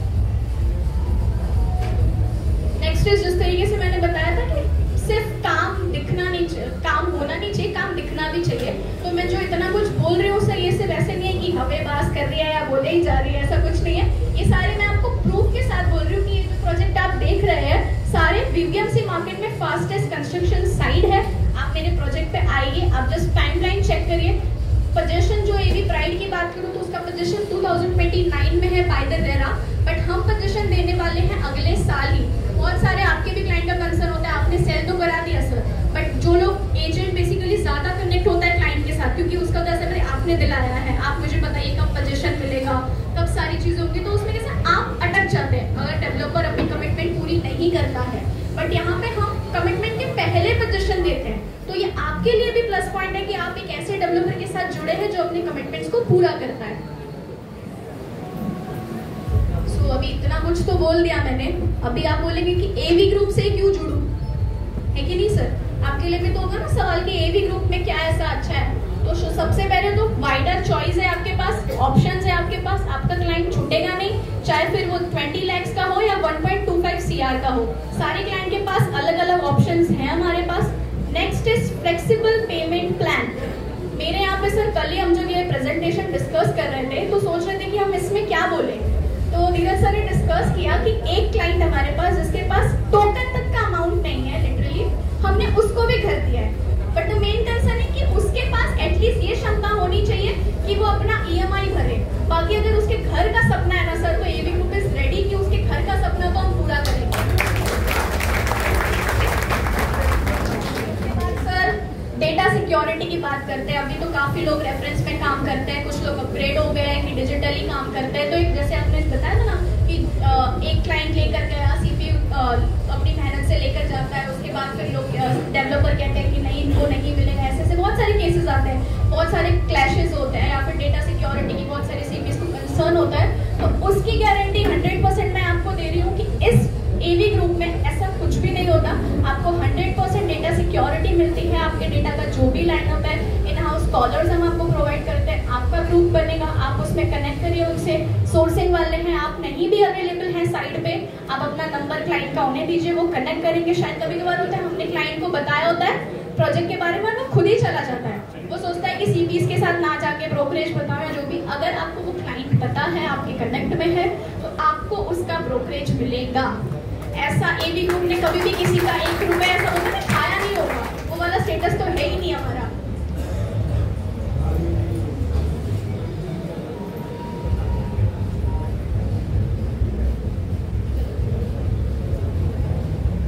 नेक्स्ट इस तरीके से बताने वाली हूँ, लोन की बात करें अगर हम, तो अमित सर ने अपनी शुरुआती लोन के थ्रू से की थी, तो इस मार्केट में हमसे अच्छा लोन कोई नहीं करके दे सकता, ये भी मैं फुल गारंटी के साथ बोल रही हूँ। क्योंकि जो भी, चाहे फिर वो सैलराइड हो, चाहे फिर वो लोन सिविल स्कोर के साथ हो, चाहे फिर वो बिजनेसमैन हो, हमने सबका लोन किया हुआ है यहाँ पे। मेरे को जो 2 लोन वाले सर है वो यहाँ पे अवेलेबल नहीं है, वरना मैं और इन डिटेल आप लोगों को बता दें कि हमने कैसे कैसे केसेस का लोन पास करवाया है, तो उसकी भी टेंशन आप लोग मत लीजिए, लोन की भी वो सारी चीजें हम देख लेते हैं। आपको सिर्फ क्लाइंट लाना है, आपका सिर्फ इतना सा काम है और इतना सा बर्डन है, बाकी सारी चीजें आप हम पे छोड़ दीजिए। हम आपको पूरा केस क्लोज करके, आपको जब बेसिकली रजिस्ट्रेशन होने के बाद जब पैसे जाते हैं ना ड्राफ्ट वाला, ब्रोकरेज वाला, सिर्फ वहीं पे कॉल जाएगा आपको सर, और वो भी आपको करना नहीं पड़ेगा, हमारे तरफ से आ जाएगा। Next is a market leading brokerage sir, everything boils down to money, money है तो हनी है वाला केस है। तो इसमें भी देखेंगे, ये मैं आगे वाले ग्राफ पे आपको बोलूंगी क्योंकि अभी थोड़ा सा इसमें कम डिस्कस करते हैं। Next is the fastest transparently brokerage play out. जैसे मैंने आपको बोला कुछ सीपीज कैसे होते हैं कि मार्केटिंग कर रहे होते हैं और उनका डील तो क्लोज हो गई होती है बट रजिस्ट्रेशन नहीं होता है। हमने वैसे केसेस में भी ब्रोकरेज एडवांस में दिया है कुछ सीपीज को जो जेन्युइन है और जो हमारे साथ जुड़े हुए हैं, काम कर रहे हैं, हमें उनकी मेहनत दिख रही है। मैं चाहूंगी अश्विनी सर आप ये वाला स्लाइड आप बोले तो ये आप काफी बेहतर तरीके से समझा पाएंगे सबको।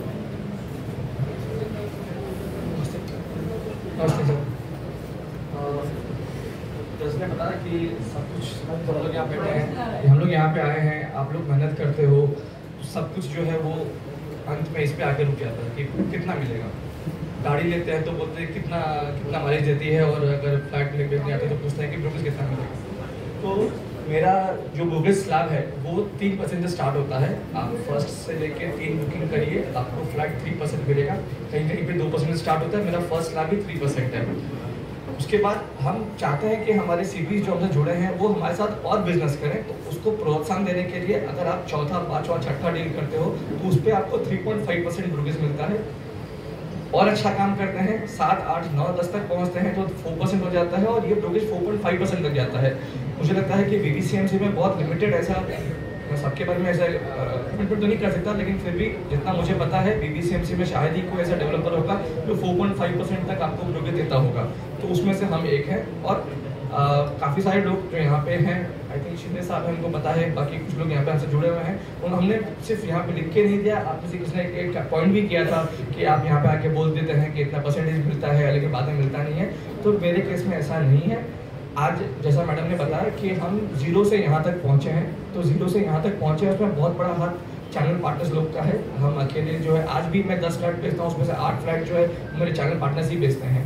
तो मुझे पता है कि मैं एक्चुअली बोलता ही नहीं, मैं मानता भी हूँ कि आप लोग मेरे चैनल पार्टनर्स हो, तो उनको मैं ट्रीट भी उसी तरह करता हूँ। और ब्रोकरेज का स्लाइड के लिए इसने मुझे यहाँ बोला है क्योंकि ये ब्रोकरेज मैं पर्सनली देखता हूँ।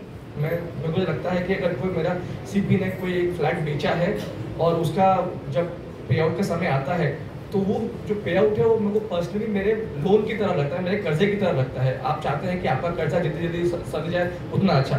सिमिलरली मैं इसको अपने कर्जे की तरह लेता हूँ। जैसे ही मेरा कस्टमर का जब रोज का टाइम आता है, पे आउट का टाइम आता है, मैं पर्सनली देखता हूँ कि कम से कम 7 दिन, मैक्सिमम 7 दिन के अंदर हम, क्योंकि हम डेवलपर हैं तो पैसा हमारे अकाउंट में आता है, 100% में जाता है, वहाँ से भी स्प्लिट होकर 30% में आता है। कभी कभी समय लगता है, कभी कभी कुछ डॉक्यूमेंटेशन देने पड़ते हैं, तो इमीडिएटली पैसा अगर मेरे अकाउंट में आ भी जाता है तो मैं यूज़ नहीं कर पाता। बहुत सारे मैकेनिज्म होती हैं, तो कुछ सर्टिफिकेट्स वगैरह जमा करनी पड़ती है, तो कभी कभी टाइम लग जाता है।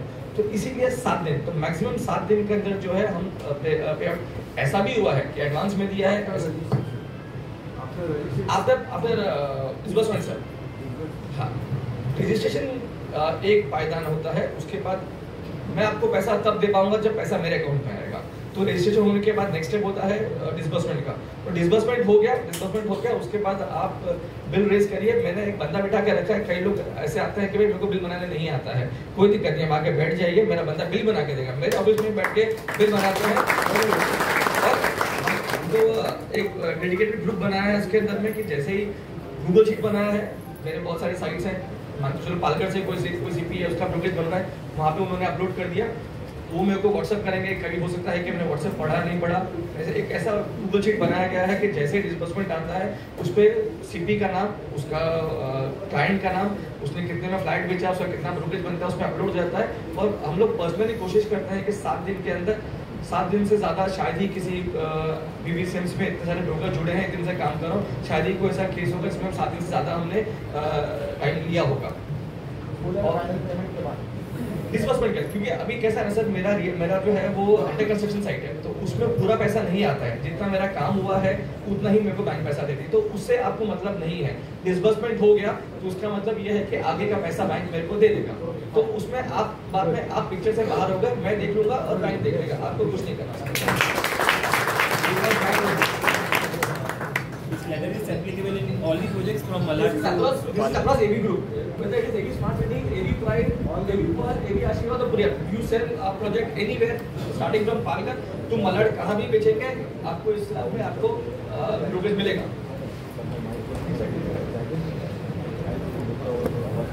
सर ये एक ब्लॉकबस्टर डील है सर. अगर 1 मिनट ध्यान देंगे आप तो सर, इसके पहले जो मैंने ब्रोकरेज की बात करी थी, अब इसकी बात कर लेते हैं सर. आपने सुना होगा कि फ्लैट में ब्रोकरेज मिलता है, ब्रोकरेज में फ्लैट मिलता है, नहीं सुना होगा, हम दे रहे हैं सर. अगर स्मार्ट सिटी में आप 10 फ्लैट बेचोगे, 11वां फ्लैट आपका.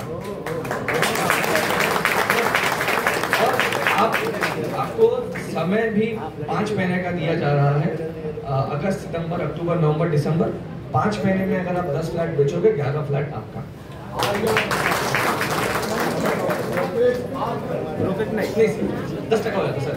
वहाँ पे 1 BHK जो है ना सर मेरा, वो 22 लाख तक जाता है. तो 22 लाख जगह में 22 लाख रुपया. और जस्ट इनकेस आपको लगा कि नहीं मेरे को फ्लाइट नहीं चाहिए, पैसे ही दे दो, तो उसके बाद पैसे भी मिल जाएगा. कोई लेकिन बहुत लोग का ऐसा होता है कि एक सेकंड होम की इच्छा होती है. तो पालघर, आप अगर पालघर गए होंगे सर, तो पालघर एक्चुअली सेकंड होम का मटेरियल है सर. वहाँ पे कभी भी जाओगे आप, तो आपको यहाँ से 5 डिग्री कम टेम्परेचर मिलता है.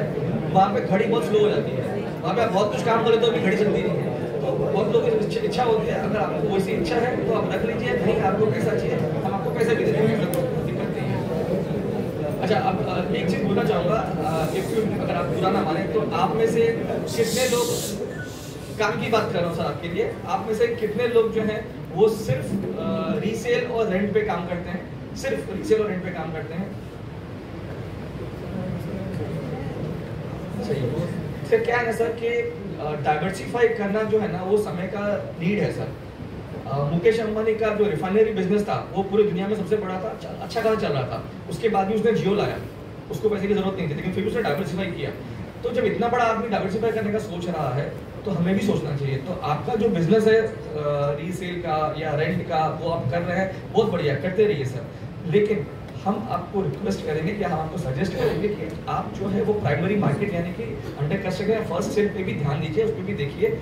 अगर आपको लगता है कि आपको उसके लिए कोई ट्रेनिंग चाहिए, मैंने सुना कि आप लोग बात कर रहे थे कि ट्रेनिंग की ज़रूरत है या फिर ग्रूमिंग की ज़रूरत है या फिर पर्सनल ग्रूमिंग की ज़रूरत है. अगर आपको लगता है कि एक सेशन चाहिए जिसमें आपको ओरिएंटेशन दे पाएँ कि फर्स्ट सेल से कैसे हम लोग काम कर सकें, या फिर आपको ये लगता है कि रेफरेंस के अलावा मेरे को काम करना है, कैसे करूँ, मेरे को ऑनलाइन करना है, इच्छा है, लेकिन मुझे पता नहीं कैसे करना है, तो उसकी गाइडेंस चाहिए, उसका ओरिएंटेशन चाहिए, तो आप लोग हमसे संपर्क करिए. हम एक सेशन ऑर्गेनाइज करेंगे हमारे साइट पे, और आपको ये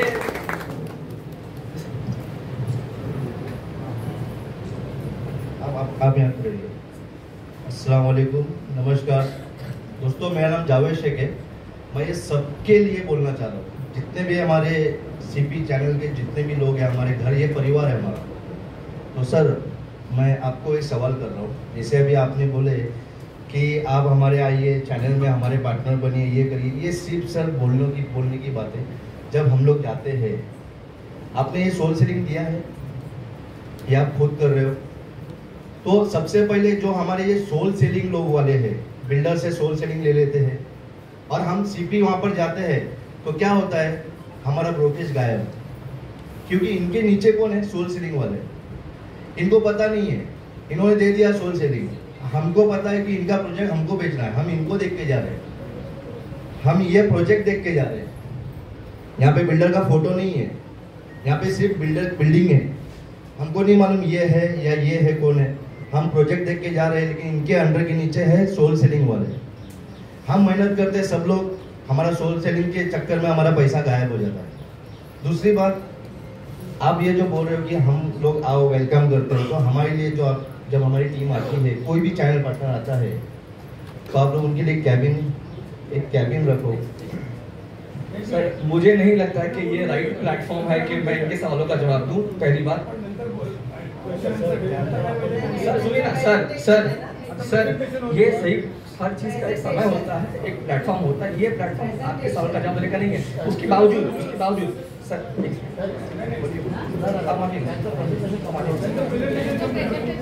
सर आप है ना जनरलाइज मत करिए. आपको किसने कहा? एक मिनिट प्लीज जरा शांत राहा. सध्या ह्यांचाच वेळ आहे, तुमची वेळ ही येणार, थोडासा टाइम द्या. आज आम्ही ह्यांचा मान दिलेला आहे, ते आपल्या मान तुमचा सगळा प्रॉब्लेम सॉल्व्ह होणार आणि ते जेन्युइनली सॉल्व्ह करणार, ते त्यासाठीच आलेले आहेत. ओके.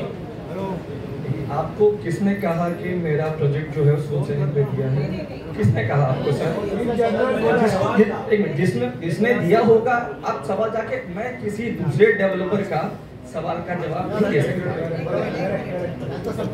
माझी सगळ्यांना विनंती आहे की हा कार्यक्रम ऑर्गनाइज जो केलेला आहे तो ह्यांचं प्रेझेंटेशन ऐकण्यासाठी तुमचे सवाल जवाब काय असेल, आता इकडे जर वेळ ऍडजस्ट झाला नाही तुम्ही आमच्याकडे द्या, आम्ही त्यांच्याबरोबर ते बोलू आणि तुम्हाला कन्वे करू. आता मात्र वेळ खूप पुढे सरकलेला आहे आणि अजून दोघांचे प्रेझेंटेशन व्हायचंय. इंडिव्हिज्युअल एकट्याला इथे कोणालाही बोलायची संधी दिली जाणार नाही, फक्त ऐकून घ्यायचंय. काय प्रश्न असतील तर त्यानंतर जर क्वेश्चन आन्सरची वेळ उरली तर, नाही तर तुम्ही प्रत्यक्ष आमच्याशी भेटू शकता आणि आम्ही ते प्रश्न तुमच्या पुढेपर्यंत पोहोचू. कुठे काय अडचण आली त्यासाठी आम्ही सुद्धा तितकेच जबाबदार आहोत, आम्ही त्या गोष्टी हँडल करू. तुमच्या कधीही प्रॉब्लेम झाला तर स्टेट कन्सल्टंट विकास मंडळ तुमच्या पाठीशी खंबीरपणे उभा आहे. आम्ही त्या लोकांशी संपर्क साधून ते काम पूर्ण करू. धन्यवाद. Please continue.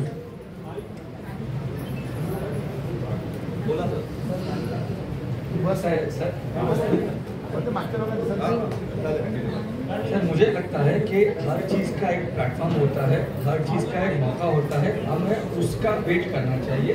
और मुझे नहीं लगता कि ये प्लेटफॉर्म ऐसे तरह के सवाल जवाब करने के लिए है. अगर आपका कोई ग्रीवियंस है पर्टिकुलर केस का, अब इन जनरल बोलोगे तो लोग इन जनरल बोलते हैं कि सारे बिल्डर चोर हैं, तो ठीक है. आप बोलेंगे ऐसे भी बोलते हैं कि सारे चैनल पार्टनर चोर हैं, ऐसा नहीं सर. कोई पर्टिकुलर केस है बताइए हमें, इन जनरल मत बोलिए कि ऐसा होता है वैसा होता है. सोच से मैडम ने बताया आपको कि अभिनव रिएक्टर्स एवी प्रोडक्ट जब हमने लॉन्च किया था हमको भी चैलेंजेस आई थी, हमने भी सोच को दिया था, हमको चैलेंजेस आई. उसके बाद जब एवी प्रोडक्ट हमने लॉन्च किया तो हमने डिसाइड किया कि आज के बाद हम सोल्यूशन किसी को देंगे नहीं. तो अभिनव रिएक्टर एवी प्रोडक्ट जो है वो हमने खुद ने किया. एवी पर मैं अगर मेरा नाम अश्विनी कुमार मिश्रा है, आप मेरे जितने भी प्रोजेक्ट्स हैं रेरा पे चले जाइएगा, मेरा नाम मिल जाएगा आपको. ज़्यादा क्या कह सकता हूँ आपको. और ये इसके बारे में बता रहे थे हम सर आपको कि फ्लैट में ब्रोकरेज सुना होगा, ब्रोकरेज में फ्लैट नहीं सुना होगा, नहीं सुना है तो देख लीजिए सर. यहाँ पे 10 फ्लैट बेचिए, सब में 5 महीने का है. कुछ आगे पीछे होता है, 10 दिन 15 दिन आगे पीछे होता है, वो भी समझ के लेते हैं सर. अगर आप बोल रहे हैं कि नहीं भाई मैं 9 फ्लैट हो गया, 10वां फ्लैट जनवरी में जा रहा है, कोई दिक्कत नहीं, वो भी संभाल के ले लेंगे. मेरा मंशा यहाँ पे है, देने के लिए है, बांटने के लिए बैठा हूँ, बचाने के लिए नहीं बैठा हूँ. हम यहाँ पहुँचे ना सर, उसका एक बहुत बड़ा रीजन जो है वो हमारे भाई साहब अमित, उसका विजन है, उसका एक कमिटमेंट है कि अगर हमने कोई प्रोजेक्ट लॉन्च करते हैं तो 6% ऑफ द प्रोजेक्ट जो है ना, जो रेवेन्यू है वो हमने साइड कर दिया है. उसमें अपने को देखना नहीं है. 6% अगर अपने को खर्चा करना है, 6 का 6.25 हुआ, 6.5 हुआ तो जवाबदारी मेरी होती है कि कहाँ पहुँच ऊपर चले गए. 6% तक मैं आपको 3% दे रहा हूँ, 4% दे रहा हूँ, उसके बाद का जो है वो मेरे ओवर एक्सपेंसेस है. कभी कभी ऐसा होता है कि एक केस में मैंने 2 लोग को ब्रोकरेज दिया है. अभी शायद यहाँ पे कुछ लोग होंगे भी पता होगा. ऐसा होता है कि एक कस्टमर को आप लेके आए, बाद में मालूम पड़ा कि वो आपके रिश्तेदार है, आप भी लेके आ गए. हमने दोनों को ब्रोकरेज दिया सर. नालासोपारा वेस्ट में आपको सीपीस के नाम गिरा दूंगा सर कि मैं दोनों को ब्रोकरेज दिया है. तो ऐसी बातें मत करिए कि ना मैं यहाँ पहुँचा हूँ सिर्फ और सिर्फ मेरे चैनल पार्टनर्स 2007-2008 में ना हम लोग पैन कार्ड बनाते थे. मैं बिहार से आया हूँ सर, जो कपड़े पहन के आया था वही पहन के आया था, बैग था और कुछ नहीं था, चालू गाड़ी में आया था सर, रिजर्वेशन भी नहीं था. तो मैं आया था यहाँ पे और यहाँ पे हम लोग पैन कार्ड बनाते थे. 2007-8 में पैन कार्ड बनाते थे. पैन कार्ड बनाते फिर हमने आईटीआर बनाना सीखा, आईटीआर बनाए थे. फिर हमने सोचा कि लोग आईटीआर क्यों बना रहे हैं, लोन लेने के लिए. तो हम लोग ने जीआईसी का जीएसए चालू किया. फिर सोचा ये लोग लोन क्यों ले रहे हैं, घर के लिए. तो हम बिल्डिंग बनाना शुरू किया. तो वहां से मैं यहाँ पहुंचा हूँ, वो चैनल पार्टनर लोग के हेल्प से पहुंचा हूँ. मैं पैन कार्ड बनाता था. एक टाइम था जब मैं दिन के 200 पैन कार्ड बनाता था. 2006-7 में अगर आप लोग यहाँ से जुड़े हो तो आपको पता होगा कि पैन कार्ड बहुत लिमिटेड लोग के पास हुआ करता उस टाइम पे, लोग को पता नहीं होता था. तो 2006-7 में एक दिन में 200 पैन कार्ड के फॉर्म भरता था मैं. और ये सब मैं नहीं भरता था, मेरे चैनल पार्टनर जो आते थे, फिर उन लोग मेरे को आईटी के फाइल देने लगे, फिर उन लोग को लोन के फाइल देने लगे. तो मैं यहाँ तक पहुँचा हूँ चैनल पार्टनर्स के हेल्प से पहुँचा हूँ. मैं कभी इनको बाईपास नहीं कर सकता. इसके अलावा सर मैं एवी पर विरार ईस्ट में 1 बजे तक सामने बैठता हूँ, 2 बजे से लेकर 8-9 बजे तक बैठता हूँ. कभी भी किसी को कुछ लगेगा, एकदम ओपन डोर है। मेरे यहाँ पे सोर्सिंग मैनेजर है, साइट हेड है, लोकेशन हेड है, मैं भी बैठता हूँ, लेकिन यहाँ पे कोई हायरार्की नहीं है आपके लिए। इसके लिए बिल्कुल होगा, लेकिन आपके लिए कोई हायरार्की नहीं है। अगर आपको लगता है कि मेरा काम सोर्सिंग मैनेजर से नहीं हो रहा है, आप साइट हेड पे जाइए, साइट हेड से नहीं हो रहा है, मेरे पे डायरेक्टली मेरे पास आइए, कोई दिक्कत नहीं, कोई दिक्कत नहीं। आई सी टू क्या काम हो जाएगा, ठीक है। Thank you sir. आज यहाँ पे एक बढ़िया प्रेजेंटेशन आपके सामने पेश किया गया है, आपने सब समझ लिया होगा। अच्छा, ये एवी पॉल के साथ में स्टेट कंसल्टेंट को ज्वाइन करने वाली एक खास व्यक्ति है हमारी, जिनकी बदौलत, जिनकी मेहनत से आज ये पूरा काम हो रहा है। तो मैं मेरे कमेटी मेंबर दिलीप शर्मा जी, उनको यहाँ पर बुलाना चाहूँगा। ये सब ऑर्गेनाइज करने के पीछे इस बंदे का बहुत बड़ा हाथ है, और मैं ये चाहूँगा कि मिश्रा सर जी, आप इनको बुके देकर सम्मानित करें।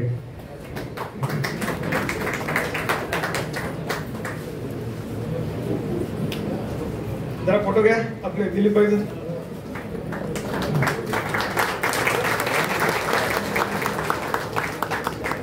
खूप मेहनती आहे आणि एव्ही पल मध्ये यांचं खूप चांगलं काम चालतं। काही जर मदत लागली तर दिलीप भाईशी तुम्ही संपर्क करू शकता, ते तुम्हाला जरूर मदत करतील। थँक्यू दिलीप भाई।